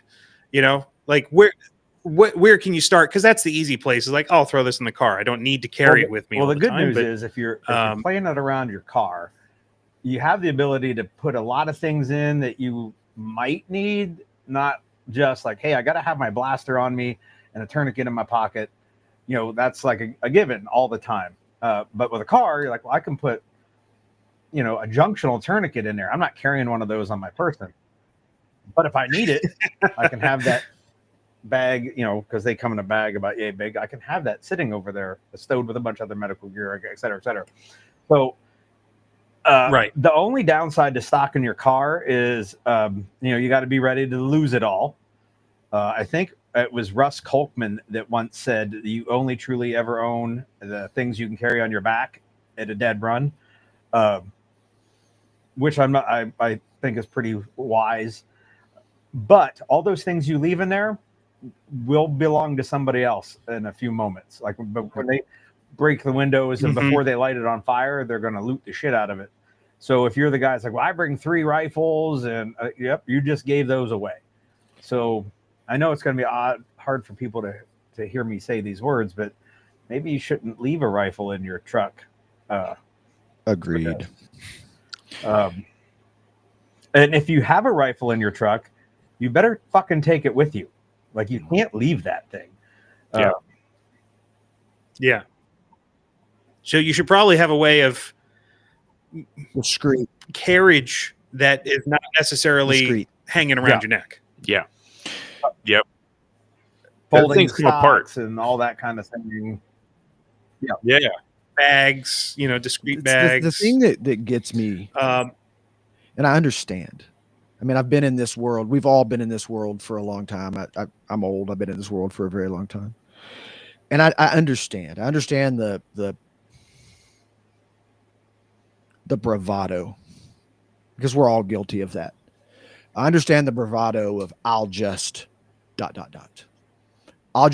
I'll pull over and pop the trunk and grab my rifle and start mowing them down. I know where that comes from. But the reality is, I don't care what rifle you have in the trunk of your car. If you're facing 500 protesters, you're not going to win that fight. Because what do we have to assume about every single protester? They're armed.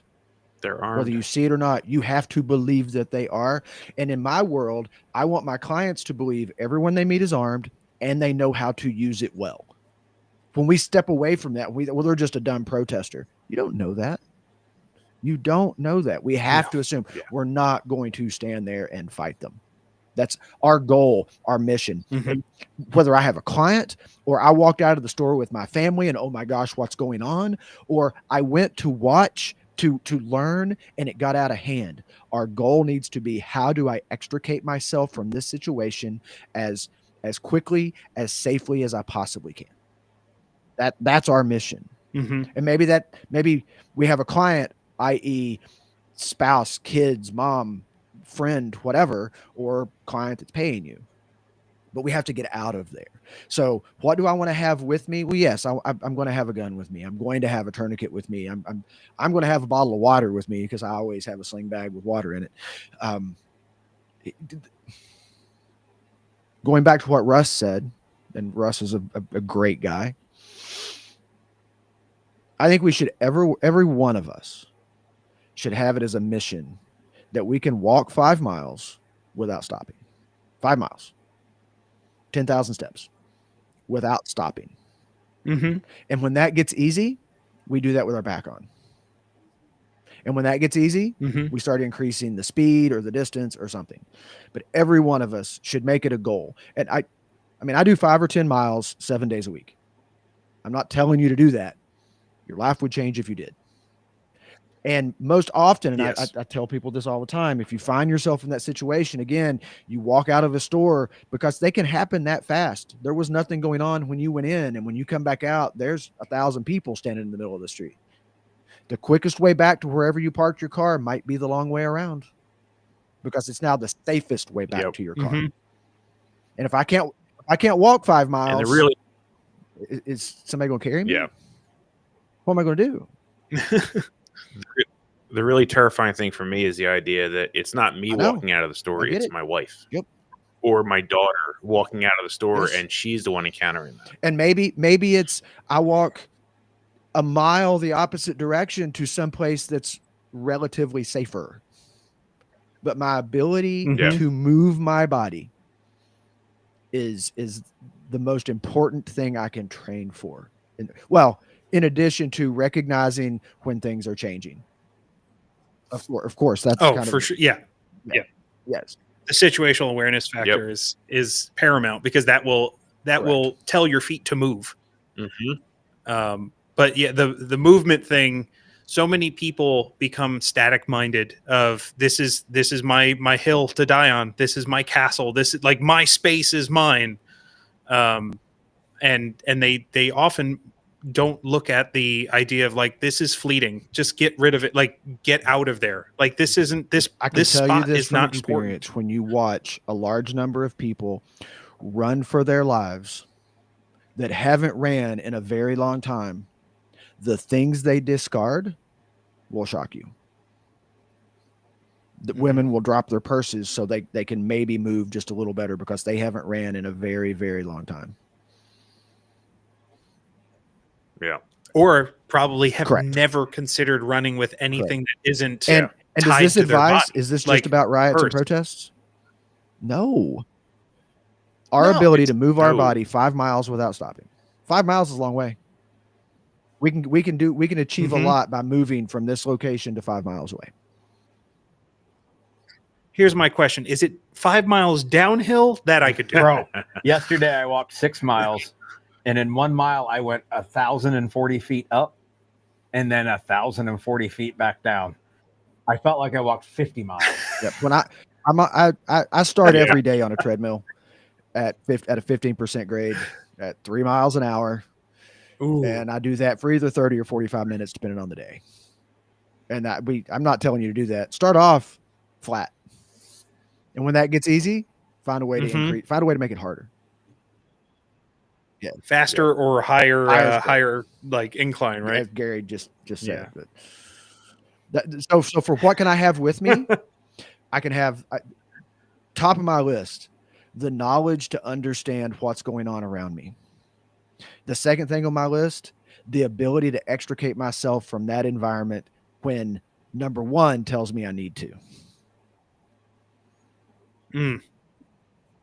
Sounds like the most important things have nothing to do with gear. It's funny how that works. Well, I mean, that's my problem with what you're talking about, Aaron, because I can't buy either one of those things. How can I put those in Well, an you Amazon definitely can't buy shopping them cart? because Aaron isn't scheduling a class for you to pay for.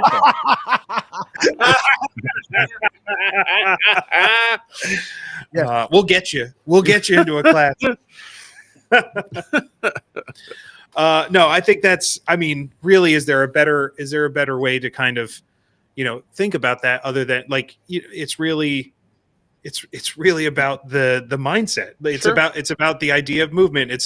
It's not the thing that you have. It's how you address the problem. It's how you recognize it. It's what the way you respond to it. And how fast you respond to it is also going to probably lead to how dicey it can get and how much you wind up have to potentially running instead of If just, that maybe number just one, moving intentionally. if that skill set of recognizing bad things are about to happen, if that's on point, then I can stroll away. Yeah. Mhm. So beyond the intellectual, beyond the things that Yeah. are intangible, Physical training. what Yeah. Yeah, the things that obviously we should be doing that will benefit us in life way more than anything else. You know, normal EDC things. They're things that we carry with us, skill sets every day. Medical, I assume, is probably high up on the list of, and that's not even just a gear thing. That's a, hey, you should have the skills to be able to help people, because if you wind up in those types of situations, there's a high likelihood of yourself being hurt or someone that you love, or maybe even rolling across somebody that, let me tell you, might need some help. I like internalized. I can still feel the moment that I heard it was a protester screaming for a medic. This was pretty early on in my role, but screaming for a medic, and everything in my body to go to them, because it was a blood curdling medic. The female reporter I was with felt it, put her hand on my back and said, "Do we need to go to them?" And I'm like, "Nope, that's not why we're here. That's not why we're here." Yeah. You're in a different role. So like, the lesson in that is we're good guys. We want to do good things, but we can't allow that to get us caught up in it. Correct. Yeah, the white knight syndrome. Yeah. So you come out of a store, you've done everything wrong. You don't have the things you need. You haven't watched the news because you're oblivious, and you find yourself in the middle of something like that. What can you do to try and get through it? That walk back in that maybe store and go out the back door. delivery entrance. Yep. Yeah. But like, is there a way to move amongst them and through them where it's not city streets, right necessarily angles? You can avoid, because normally if there's a mob, they're moving one way, or east, west, north, south. They're moving one way or another, 90-degree angles to that.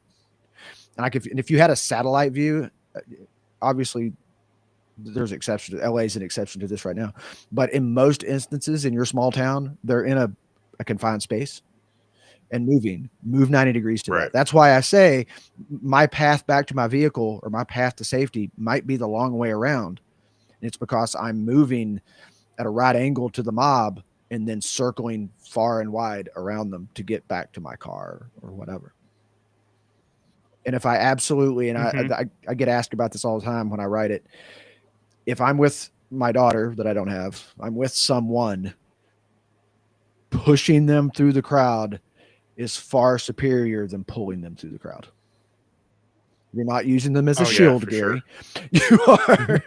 You are. But I would say that for my son. But okay. But I can now keep an eye on them. They're not going to get pulled away from me, and I'm not just willy-nilly pushing them into people. I'm steering them through the crowd.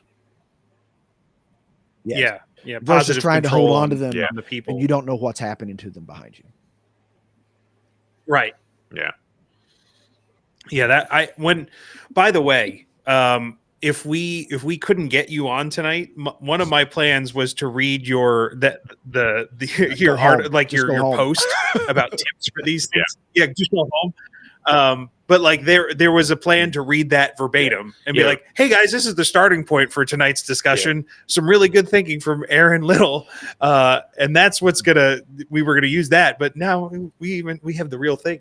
Yeah, Reed Lindauer, who's in the chat, was like in his suggestion, just read it verbatim. Yeah, and we're like, well, no, just read it verbatim and end the pod. Just read it and end the podcast. He's Reed. If you're still here, we were chatting about some of your other discussions this week and how poignant they have been for the times that we were coming seeing. To the muster. Good stuff. Awesome. He is. He should bring some of that knowledge with him. Yeah. Yes, he is. Is he teaching at the muster? Or is he just coming? Yes. Okay. Awesome. Nice. Rapid response training at the all hands muster. I'm hoping I didn't just imagine. Now we actually had that conversation. Well, he is now. If he wasn't, he is now. Oh, yeah. He's been bullied into it. As I sat here and tried to so think about other gadgets, gizmos, and doodads that I would want to have with me in such a bad place.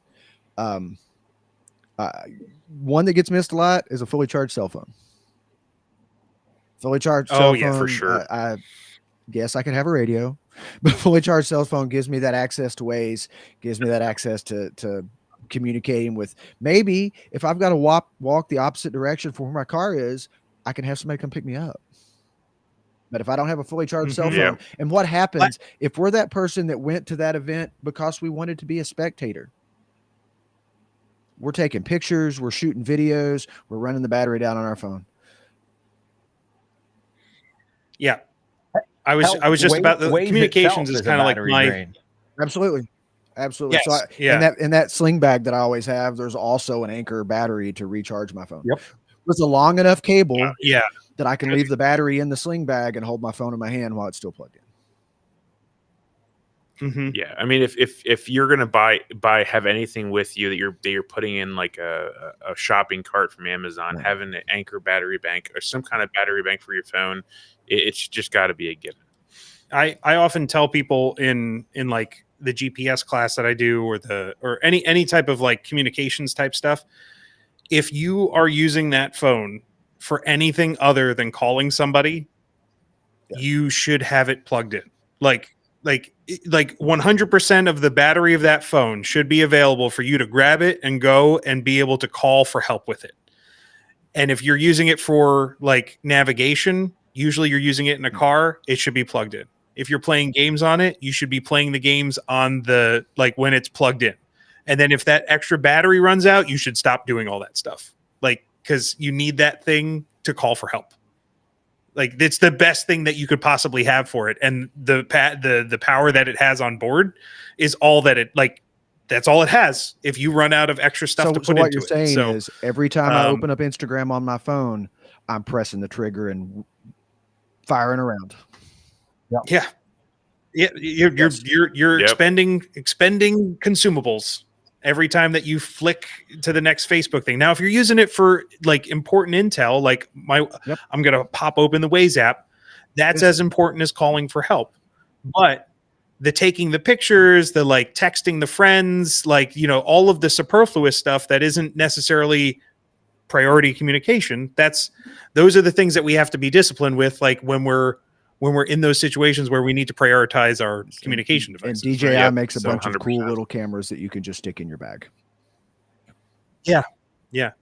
I'm a big fan of separating things out of my phone, like just in general. Like a GPS outside of my phone is an integral thing to have. I do suggest that maybe you and Max get together and play with the Waze app and experiment with that, sending each other messages. Oh yeah, for sure. Yeah, I've used it a bunch.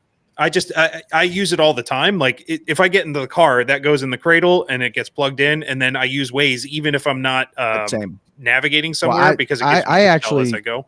if I'm driving from one side of my city to the other and I know exactly where I'm going, I still put the address in, so it will reroute me around things. Mm-hmm.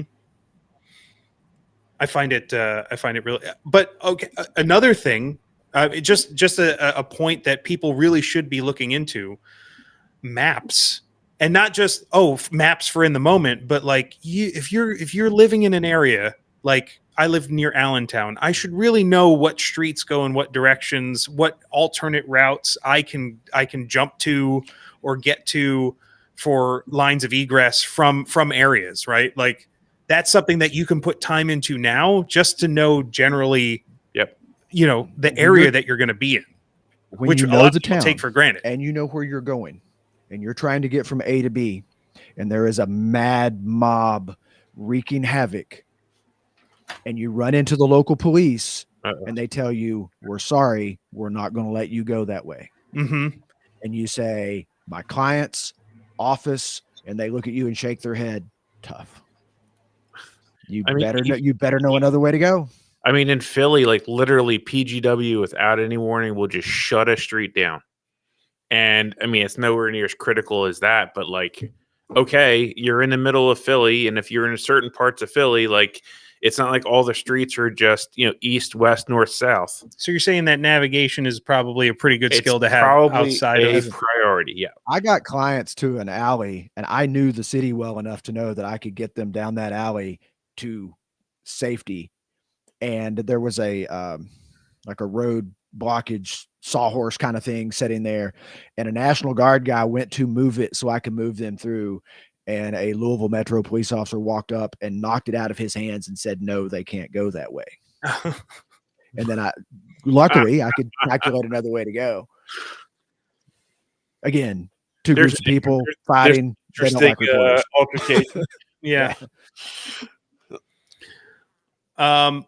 We were talking about like ways to call for help, like having that phone with you. I guess one of the things that I've always kind of thought through and or never found myself in, but like, is there help to be called in those situations? Like, the situation dictates that. Yeah. Like I imagine if you're in the area where things are locked down, you can't get out. Like, are people really coming to help? Like, and it's just to emphasize, like, hang on, what does help mean? Well, exactly. Like, is it your friends? Is it, But I mean, what help are you wanting them to provide? Are you wanting them to come and help you fight the protesters, or are you wanting them to help get you out of there? Or medical help? Like, I'm non-ambulatory, or, Okay. I don't, I'm just thinking through different ways of like, what are some things that I might need to call for help from whoever? I would say, like, if you're in a moment and that's going on, I mean, the odds of you being able to get any kind of help other than going up directly to a policeman and saying, I need help, is probably non-existent. And even then, they might just look at you as, Okay, so we've decided we want to go to this event tomorrow. You want to go to the one closest to you. When you get there, stay away from the stage or the podium or the whatever. Be on the outskirts. I like Overwatch, but stay someplace relatively secure, right? And know exactly what primary, secondary, tertiary means of egress is going to be. Think about that while the wind's blowing gently, the sun's shining, it's a perfect 72 degrees, whatever. Know where you're going to go before bad things happen. So when bad things, you feel, oh no, I need to go. It's not, where do I go? You already know where you're going. Yep. Right. And likewise, if I know that and I'm like, oh crap, primary is not available, secondary is not available, I've got to go to tertiary. But that's the long way around. Well, I can get out my phone and send a text to my buddy and say, meet me at that park 2 miles from where I am. That's help. Yeah. Because once things are kicked off, they're not getting to you. Right. Oh, and the non-ambulatory thing. There is absolutely no way I would go by myself. Sure. Just like in the EP world, one person is not a detail. I would not, even as just a citizen, I would not go to an event that I felt like had any potential of kicking off bad. I would not go by myself. And I would know the capabilities of the person that was with me. Right. And that doesn't mean turning into John Wick, but can they walk 5 miles without stopping? Can I push them into the crowd as a Yes. That's help. If I tripped over a curb trying to get away from the mob and sprained my ankle, can I put an arm around them and us get out of there? Right. Yeah. And that's more the things that I was thinking about in terms of like, hey, if you do find yourself in an area where it's restricted mobility, right? Like the cordoned off area. I guess, that's one question. Like, and I'm just not familiar enough with tactics and or these types of things.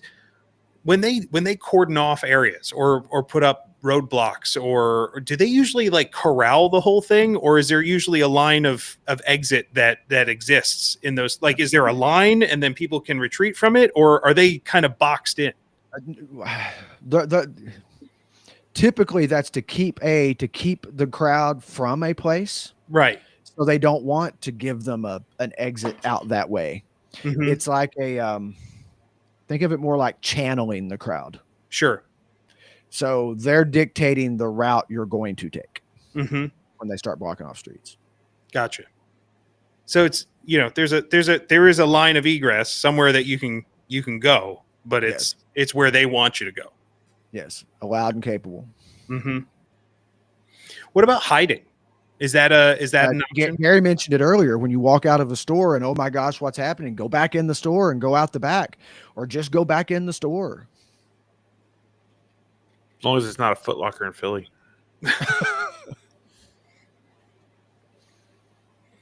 Yeah. Cool. So I think we've talked a bunch about things. I mean, and I think the nuances that you point out, Aaron, are very, very poignant in the sense that, it all depends, right? Our favorite answer in all of training is it depends. It depends. Situation dictates the tactics. The situation is going to dictate however you find yourself. And a lot of that kind of revolves around. I think that the two things that I've kind of taken away from this conversation is it really revolves around situational awareness. That's like the big one, and then really it seems like movement is the catch-all of the day. Which, I mean, hell, if you take enough classes, I would say that's probably a common theme in most of those as well. I hope so. Yeah, I hope so. The situational awareness thing. I think a lot of people throw that phrase around without any real idea of what they're talking about. It sounds cool. It sounds really cool. Oh yeah, especially when they use essay. It has What I really like is what I really like is my situational awareness is so good I would never be in that situation in the first place. Oh yeah, I walk around in condition orange all the time. All the time. And I mean, obviously the common tropes of situational awareness are important. For me, in these environments, it's not just enough to have my head on a swivel. It is understanding what I'm seeing. Mm-hmm. And that doesn't happen in the moment. That requires watching YouTube videos of past events. That involves becoming a historian of violence and mobs and reading books and understanding just how things happen. Because if I don't understand that, then all the paying attention to what's going on is meaningless. If I don't know, that means something bad. Yep. Yeah. Well, that's, I think, a really great kind of segue into, what are the things that, say we found ourselves in those difficult situations. Say we did have to figure out a way to move. We did recognize things. We were there, we left, or we did have to, confront difficult situations there. What are we doing afterwards? We're assessing, right? Like we're checking, like we're figuring out, did we make the right decisions? Is there anything that you guys are doing? I guess maybe from a professional executive protection side, are there consumables or things that you're restocking or making sure that you have ready to go for the next time? Kind of like the top off phase of a fight,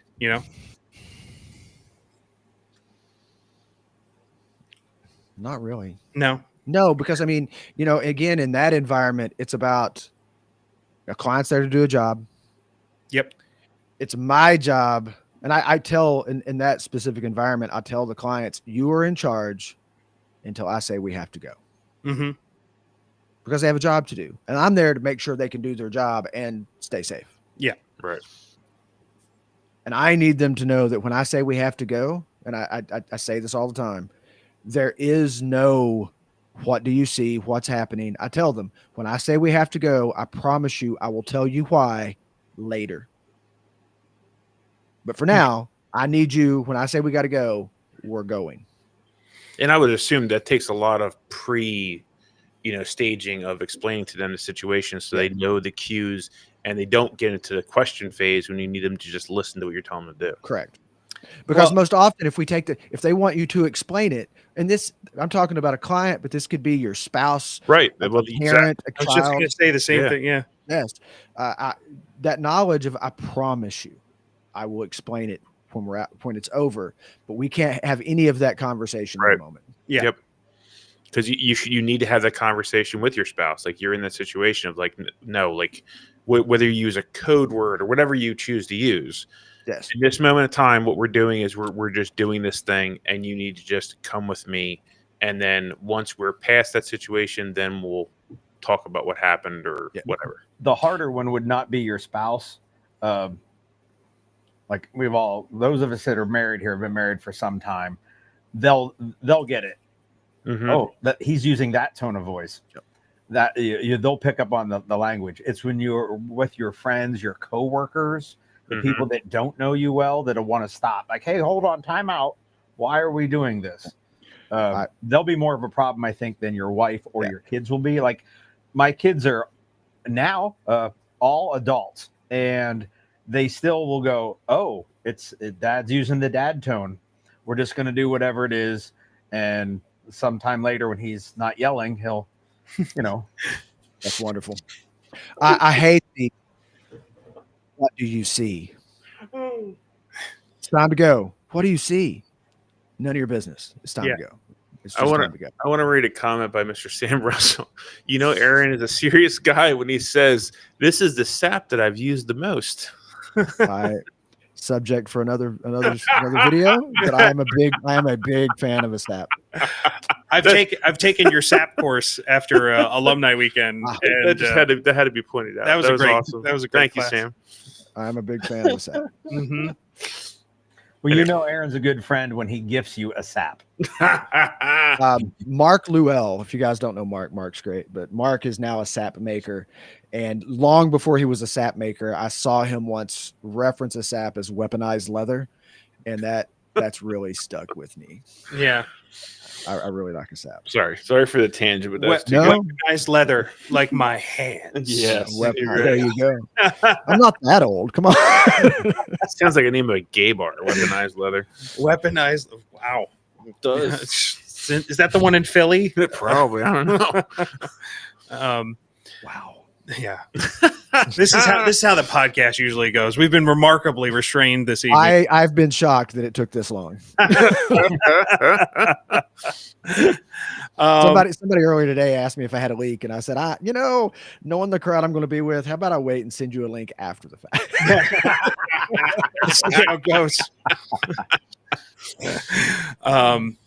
But yeah, so I think we've chatted about this a bunch. We're approaching a couple hours in, and I'm so thankful that you guys have taken the time to kind of sit with us tonight, chat about this topic. It being something that I'm sure people have been wanting to hear about. Let me ask you, like, to both of you guys, Gary, if you can go first. Where do you think things are going?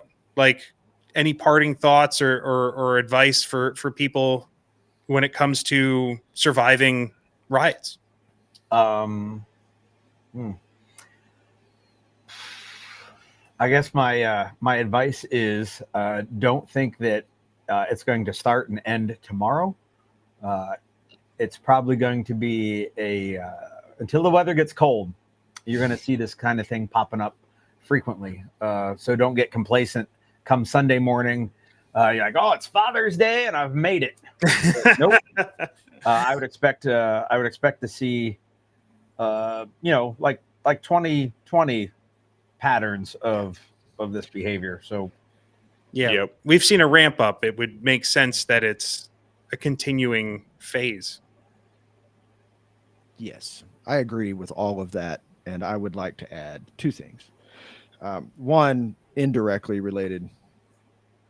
When I have new guys come to work with me, the moment I sense an excitement to get to do the thing, they're fired. Mm. And that we should look at that on both sides. When you're listening to the true believers or any from that side, when they sound excited to get to do the thing, I don't want to be around them. I don't want to be there. Yeah. Right. Just like I don't want to be with a team of, close protection guys when one of them's excited to get to smoke that fool. Not with me. You're not. Yeah. You can go home. Mm-hmm. Yep. Go home. But with the things that Gary just said and it cold weather, rain tends to wash them out. But they'll be back the next day because they're excited to get to do the thing. Mm-hmm. A difference I notice between 2020 and today that concerns me. And I know, like, for any of you or anybody watching us that had any involvement in the first summer of love.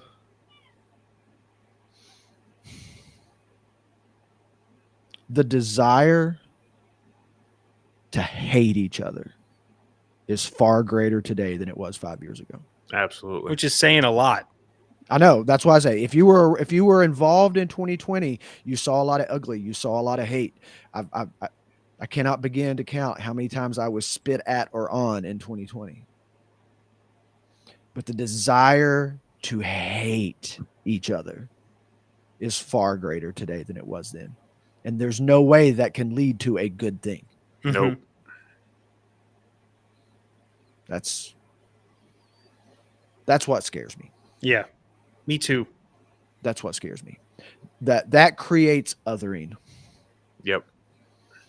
And that scares me. I think we're seeing that in LA right now. Yeah. Yeah. For sure. Just the raw. It's almost like the number of the subversive element is larger than that 10-80-10 I talked about at the beginning of our evening together. Just the raw hate. I hate you because you think different than I do. Yeah. And listen, I was at an event one time where there was Antifa and Proud Boys. And they set up on different intersections and gave speeches. And I, with the media, was in the perfect position to listen to both sets of speeches. They were the same. They were both talking about the exact same cause. If those people could have sat down at a Denny's over a Grand Slam breakfast and talked about what they cared about, they'd have hugged it out. But they have to hate each other. Yep. And that hate is greater today than it was 5 years ago. That's a problem. How do we solve that? Man, I wish I knew. I pray about it. Yeah, and I think we're just so exhausted by the whole thing. There is a level of exhaustion of overstimulation of it that I think makes it even easier to do the other thing, just because it's just more of a reaction than a thought about it. Yes, it's a fatigue. Yeah. And I would say, to piggyback off of that, like we as a community, like the training community, we put so much effort into the preparedness, the what can I learn, what can I buy, what can I stage, what can I prepare for, right? We're preppers at heart, which is in and of itself kind of a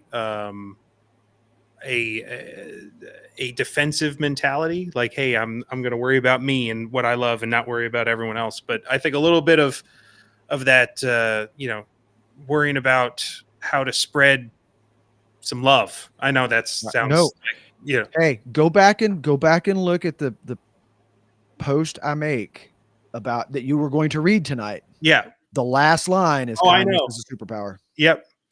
I think, and this is one of the things that I've always admired about you, Aaron, is that like every message that you have has a message of kindness and a message of positivity to it. And as a matter of fact, like there is so much joy and positivity that you have shared with our community, like our close circles. I don't mind sharing this idea because you've influenced us to be better people to each other in terms of like the idea of none of us can deny a gift, because that would just be wrong to deny someone the joy of giving somebody a gift. And that in and of itself creates bonds of brotherhood and love and sharing and like things that have brought people closer together. That type of mentality, I think, is something that is I think what we all should be doing is trying to bring some of that out to the rest of the world too. Is being good to everyone, I think, is the only way to combat this idea of like, everyone wanting to like be at each other's throats. From my Christian worldview, just because you disagree with me doesn't mean I'm supposed to hate you. Yeah. Yep. Just basic compassion for the fact that they're also a human being and they're reacting to what their environment is, and the more you can understand why they're doing it, allows you to understand better who they are and maybe find a common ground between you and them. Without that, we're never going to find that common ground. Yeah. And again, that's what scares me so much about now. is it's cool to hate each other. Yeah. Yeah. It really is. It's trendy. It's trendy to. Cool tip. It's happening. Yep. But no, I think this has been excellent, and I think that's a great kind of piece of parting advice for everyone: is bring a little bit of positivity, keep your head on your shoulders, prepare, do all of it together. But definitely don't just sit there. And I guess I saw it pop up in the chat a few times too, and I think we'd all probably agree with this. Like, don't go to stupid places with stupid people and do stupid things. Yeah. Like that. And guys, like, check on your people. Like, you have these people that are your friends, your family, family that aren't blood, all these people, like check up on them. Like, this is going to be a stressful bunch of months. So make sure you're communicating and keeping in touch with them. Yeah. Hold on to your groups. Yep. Yeah. So if you will allow me. Oh, you are allowed to do whatever you want, sir. This will be a Facebook post that's been mulling around in my head for the last several days, and I'll share the thought with you guys before I make it public, because I haven't quite figured out how to politely say it yet. But there's a meme that's been floating around about it being Men's Mental Health Awareness Month, and this request, this speak up, say something, let people know. And something you just said, this reminded me of this. I agree. If Gary's struggling, I want him to call me. Right? Mm-hmm. Mm-hmm. But in a way that's victim blaming. Well, why didn't you call me if you were feeling bad? Check on your people. Yeah. Check on your people. Because a lot of times the reason they're not reaching out to you is because they don't feel worthy. They feel so bad about themselves that they don't want to put that badness on you. Yep. So check on your people. Hey, you popped in my mind today. How you been? Maybe they'll tell you then. But when you say check on your people, check on your people. Yep. Right? We've got friends. I guarantee you that of us, there is someone that we all know in common that's struggling. Mm-hmm. It's Right? true. I know that's not necessarily our topic tonight, but No, you said check on your people, and I wanted to. Yeah. I wanted to But say we that. talked about a lot of things that apply to not only just the topic of tonight, but life in general. And this is that. That's anytime you spend time with me. That's Yes. what it's always going to be. The life lessons that I took from full contact gunfighting. Let's just say I'm still shitty at underhooks. But like the other things that I learned sitting with you in the garage in early morning, just waiting for the rest of the class to arrive, that was the gold that hit the heart, Yeah. So with that, Aaron, is there anything that you're promoting, anything that people can find you? Do you have a website up and running anywhere, or No, I have a feeling that will come soon, and you will let people know about it when it does. we're going to work on that.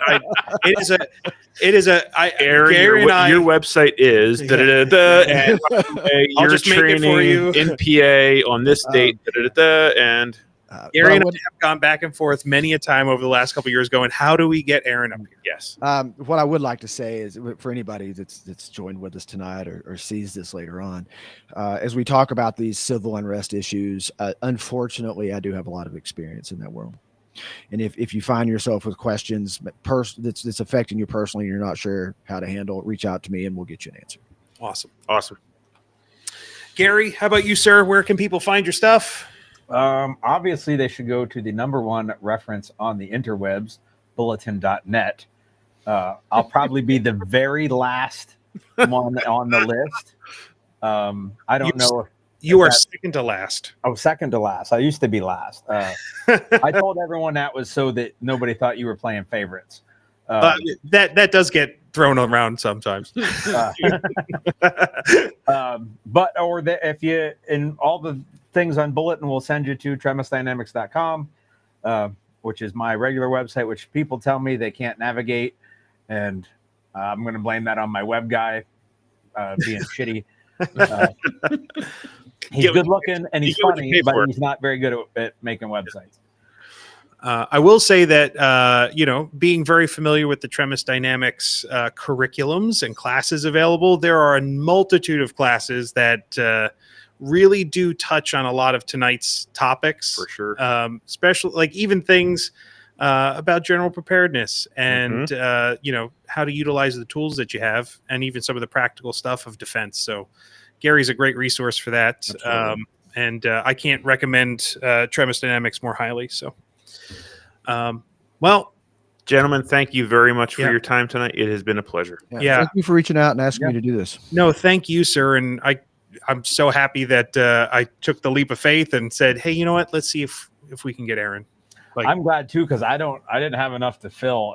Yeah, I feel like we would have had to do a lot more talking and bullshitting. Yeah, who knows where it would have went. I assumed bad jokes. that once Mike said, "Hey, Aaron's in," I was either going to get the you can fuck off if you want now, Well, I'm glad that didn't happen. or he was going to say, "So this is the yin yang. I brought the angelic paladin over here from Kentucky, and you just be you." And then we'll have, I was trying to hint at that earlier. I like that. I'm okay with that. Agent provocateur on call. No, well, thank you guys, and let's hope to keep this going in the future. And thank you again for coming out and chatting with us this evening. Absolutely. All right, thank you guys. Everybody listening, make sure you get out there and get some training and be prepared. Till next time.